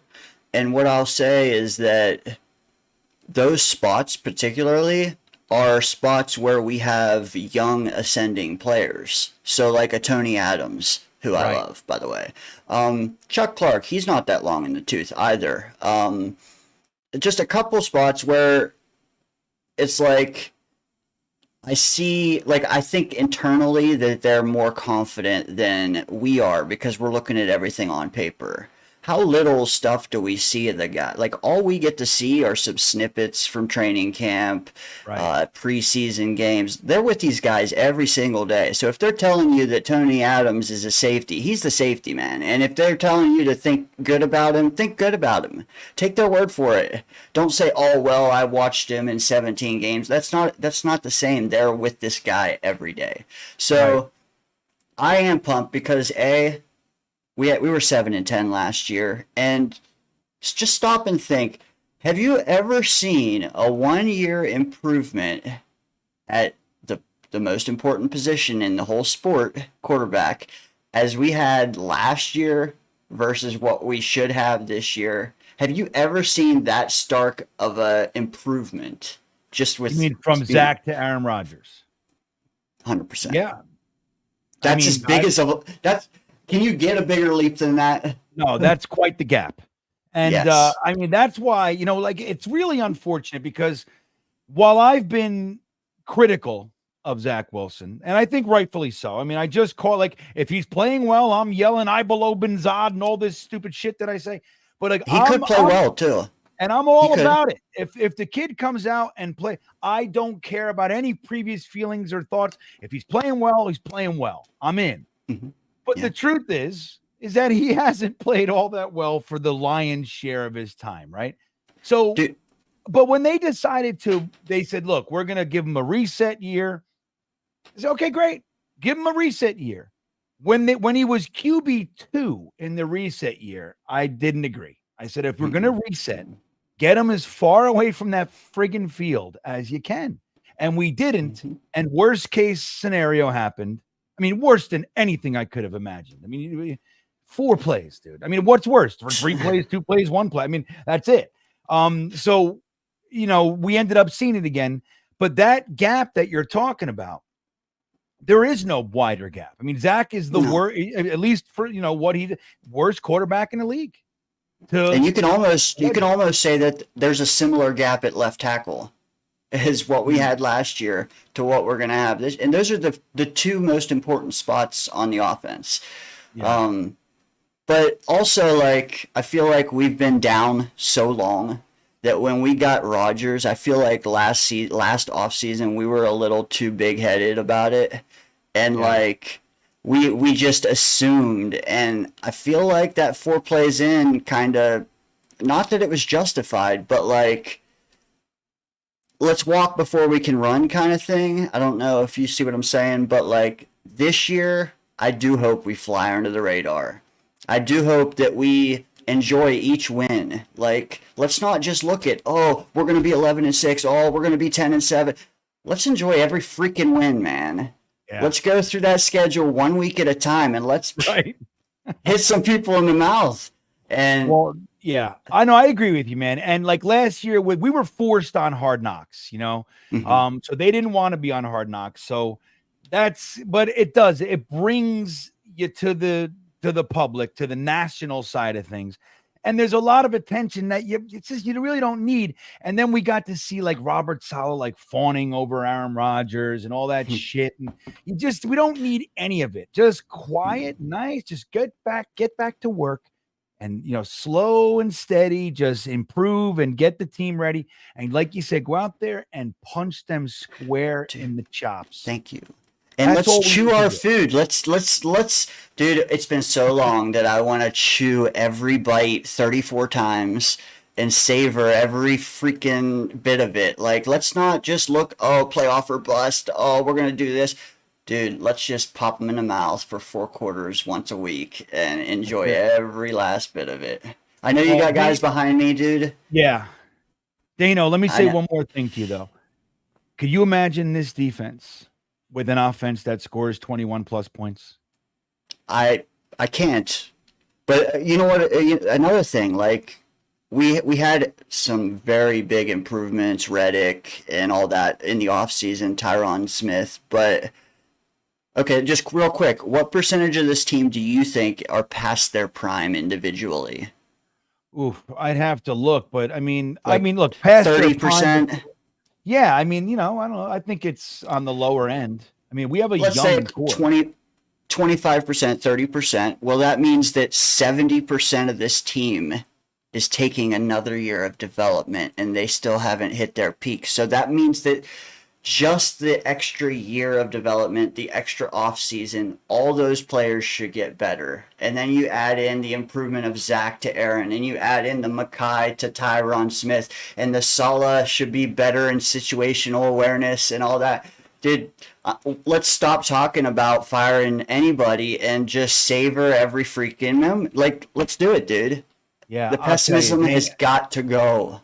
Yeah, Dano, if we can be positive for like a month straight, it'll be the first time I've seen it in 42 years. So I don't know, man. I think, dude, I'm with you.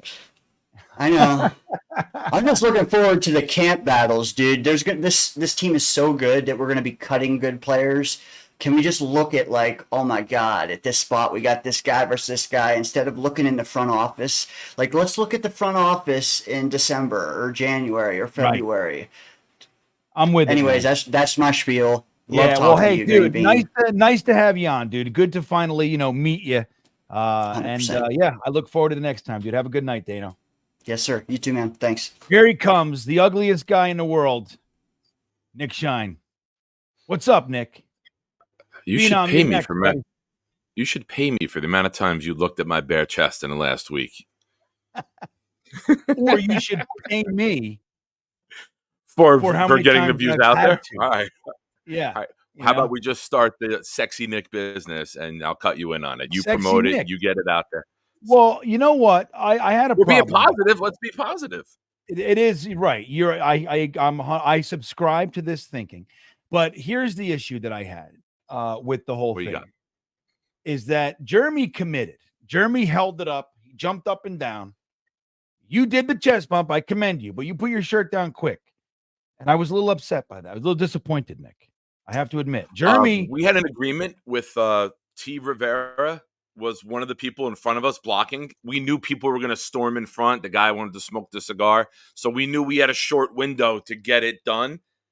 And then people were going to storm in front of us. And I did not want to have my shirt up touching him if it wasn't for the camera.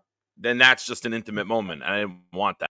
There's a fine line of being funny. All right. That makes sense. Okay. You didn't want to just have some kind of. I bailed, dude. As soon as it was done, I bailed. Okay. All right. I got out of Dodge. That's why it's good to talk. That's why it's good to talk about these things. Hand sanitizer. Yeah. Because I do understand. You don't want to just be pressed chest to chest and then your eyes catch. And then it's a whole thing from there. You're like, I don't know what's happening. And then you're married. Starts. Right. Then you're married and then you're adopting kids. And, you're like, what? How did this happen? I don't even know. I just wanted to do a funny thing for the camera. And now I'm married to Jeremy. So here I am. And well, Nick, real quick, how you feeling? What's up, are you coming around? Are you rested? Are you? I golfed where are you for the first time, man? I golfed for the first time. I wasn't able to golf last year with the ACL surgery and then the foot issue. I was on crutches the whole summer. So I went out and I played 9 holes today. I came in, dude. I slept for 2 hours. I haven't been out in the sun for 3 hours in 2 years. Oh yeah. I came in, man. I crashed. But it was nice to get out. It was good to get out, my buddy.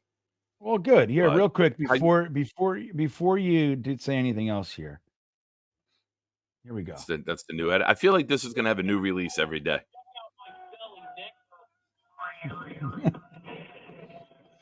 Did you see that one? The updated one? I love that he's got your voice.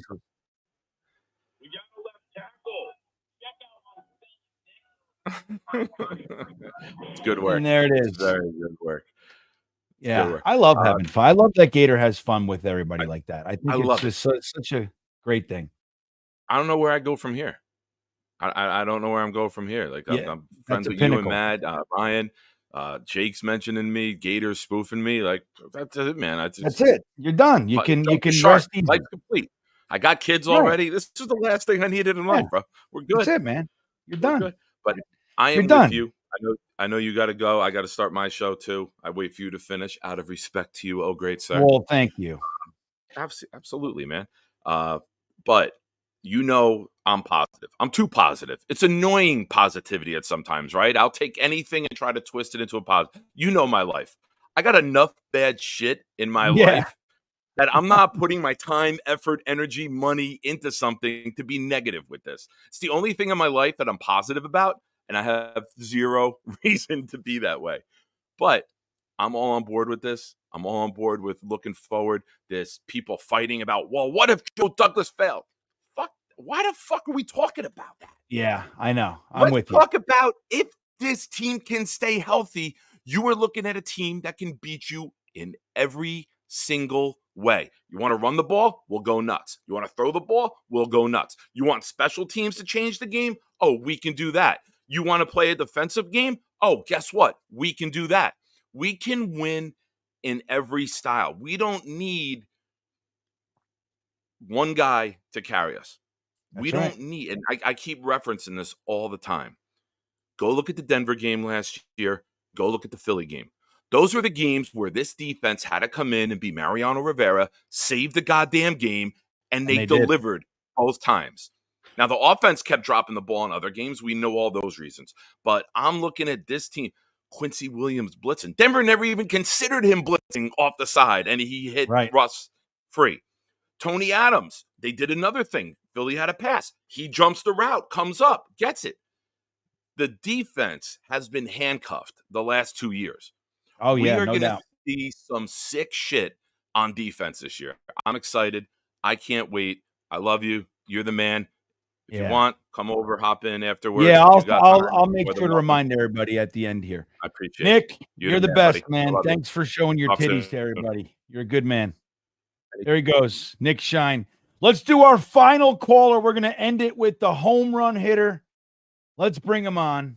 One and only Phenom. What's up, my man? Hey, GreenBean. It's just always a pleasure to talk to you, man. Yeah. Just so I wanted to ask you a question. I know you've asked, so this is it right now. If you had to rank the offenses in the AFC East right now, constructively, who gets 1, 2, 3, or 4 right now? Right now, I would say Miami, New York, Buffalo, and then the Patriots. Patriots are a massive question mark. Yeah, Patriots are in 4th. I had Patriots in 4th too. Unlike you, I have to see the Jets, so I'm putting them in 3rd because I want them to show me that they're better than Buffalo's offense and Miami's. But it's early, it's early. So, but well, here's why I say that though. Here's why I say it. So, Buffalo's offense is a big question mark right now. They lost offensive linemen.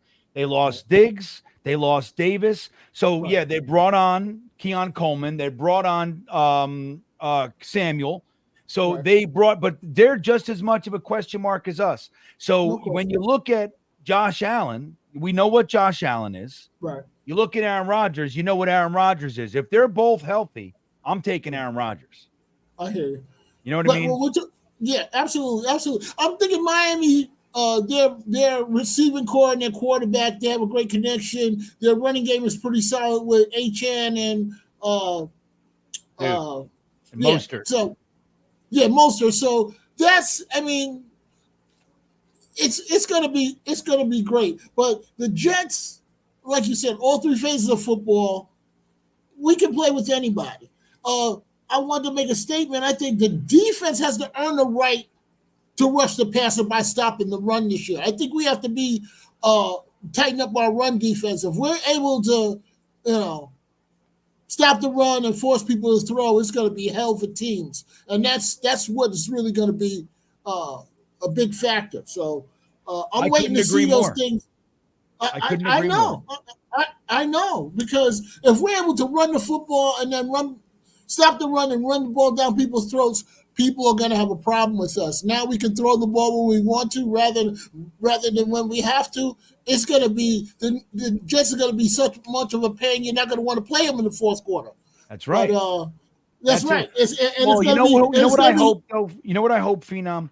Like Jordan Whitehead was a big issue with tackling last year. A big issue. I'm hoping that Chuck Clark, that switch alone, because that's what he's known for.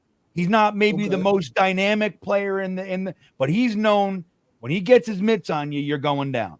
So that's just adding that to the defense. I feel like in that run defense piece that we're talking about, I feel like there's going to be an uptick in our ability to stop the run just by having Chuck Clark on the field. That's my hope. Anyway, he's got to be healthy. He's been an Iron Man till he came here. So maybe last year was just unlucky, but that's my hope anyway. I like that thought, GreenBean. I like that thought. And our special teams are going to be really interesting.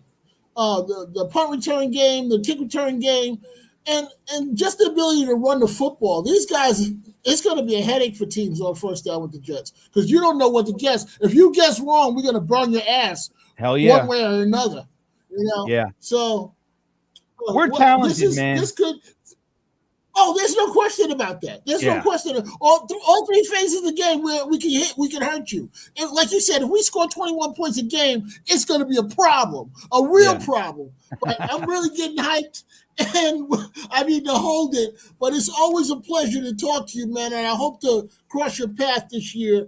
Let me ask you a quick question on the roller coaster tip. Have you ever been to Cedar Point Amusement Park? You know I have. Okay, have you ever rode the Dragon Coaster in Rye Playland? No, I've never been to Rye. Isn't that interesting? I've never been to Rye. Interesting. Yep. I've been all over the country. I never made it to Rye Playland. Wow, okay, I think that's one you gotta. It'll be a natural stop for us, man. We can hook up and meet at Rye and ride the Dragon Coaster. Well, I'll tell you what. I would honestly. I was asked that a bunch when I was in Long Island last week. Like, hey, have you been to Rye Playland? And I haven't. It's just weird. It's just I've been to most of the parks in Connecticut, in New England. Like I've been to everywhere. Rye, it's just weird how it hasn't happened. But if I go, I'm gonna make sure everybody knows. So if you can come and hang out with me, we'll do that. Now, hey, why don't you come ride the Coney Island Cyclone with us? I've been trying to get there.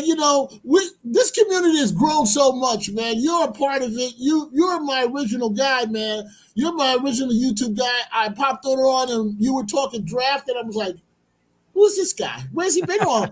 And then you just had you know football just like I know football. We've been we've been breathing the same air for a long time, buddy. So just always a pleasure. You're my voice of reason. I write that all the time because you are. I mean, these guys are losing it, man. Hold up, just listen to the OG. Why don't you? Well, look, I know, and I love when you call in, man. Yeah, no, it's a pleasure, dude. Thank you for saying that. And look, we chat. It's a pleasure to have you on here, man. I'm grateful, sincerely. I look forward to us getting some time to meet, and we'll shake hands and we'll have some fun, man. That'll be this year. We're gonna do it. We'll figure it out this year. Yeah, no. All right, GreenBean. My pleasure, man. Take care. Have a great night. Yeah, have a good night, Phenom. There he goes, everybody. I'll tell you, what a great crew we had on tonight, huh? Frankie from Flatbush was here, everybody. If you didn't catch it, hopefully you'll go back and catch. Frankie was dropping facts, dropping his wisdom all over us. And an hour's just not enough time to squeeze the Frankie lemon, but I'm glad we got that. Look, it was good to see him. I haven't seen him since you've seen him. So I've talked to him a few times over the past couple of years, but it was nice to see a beardless Frankie from Flatbush. That was it. I saw him and said, holy shit, look at you, young man. But thanks to all the people that called in. I want to real quick do the contest for all you guys that chimed in with Super Chats when you wanted to talk with Frankie. Let's do the random number generator. Real quick. I think we have 11 tonight. So let me get that on the screen. I agree, John. Phenom's the shit. Gator agrees. One of the greats. Yeah, Phenom's the real deal, dude. So let's get this up here and we'll see who's going to get a free bag of liquid IV, everybody. Let's see. Where is it? There it is. Okay, so I got 11 tonight. And 1, 2, 3, we go. And number 5, let me see who it is. 1, 2, 3, 4, 5. The big fella is number 5. So big fella, reach out to me on email. My email's in the description, or it's just bean@greenbeanjetsfan.com. Go ahead, send me an email, and I will get that out to you this week. Guys, I want to thank you for hanging out.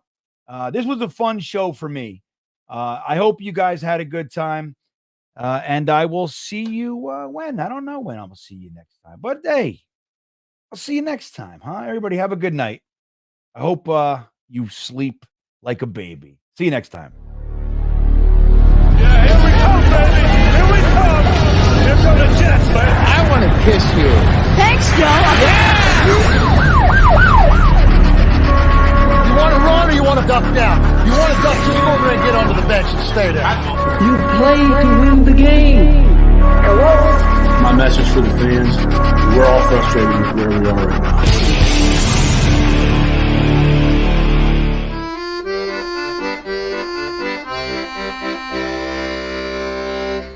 Jets, Jets, Jets.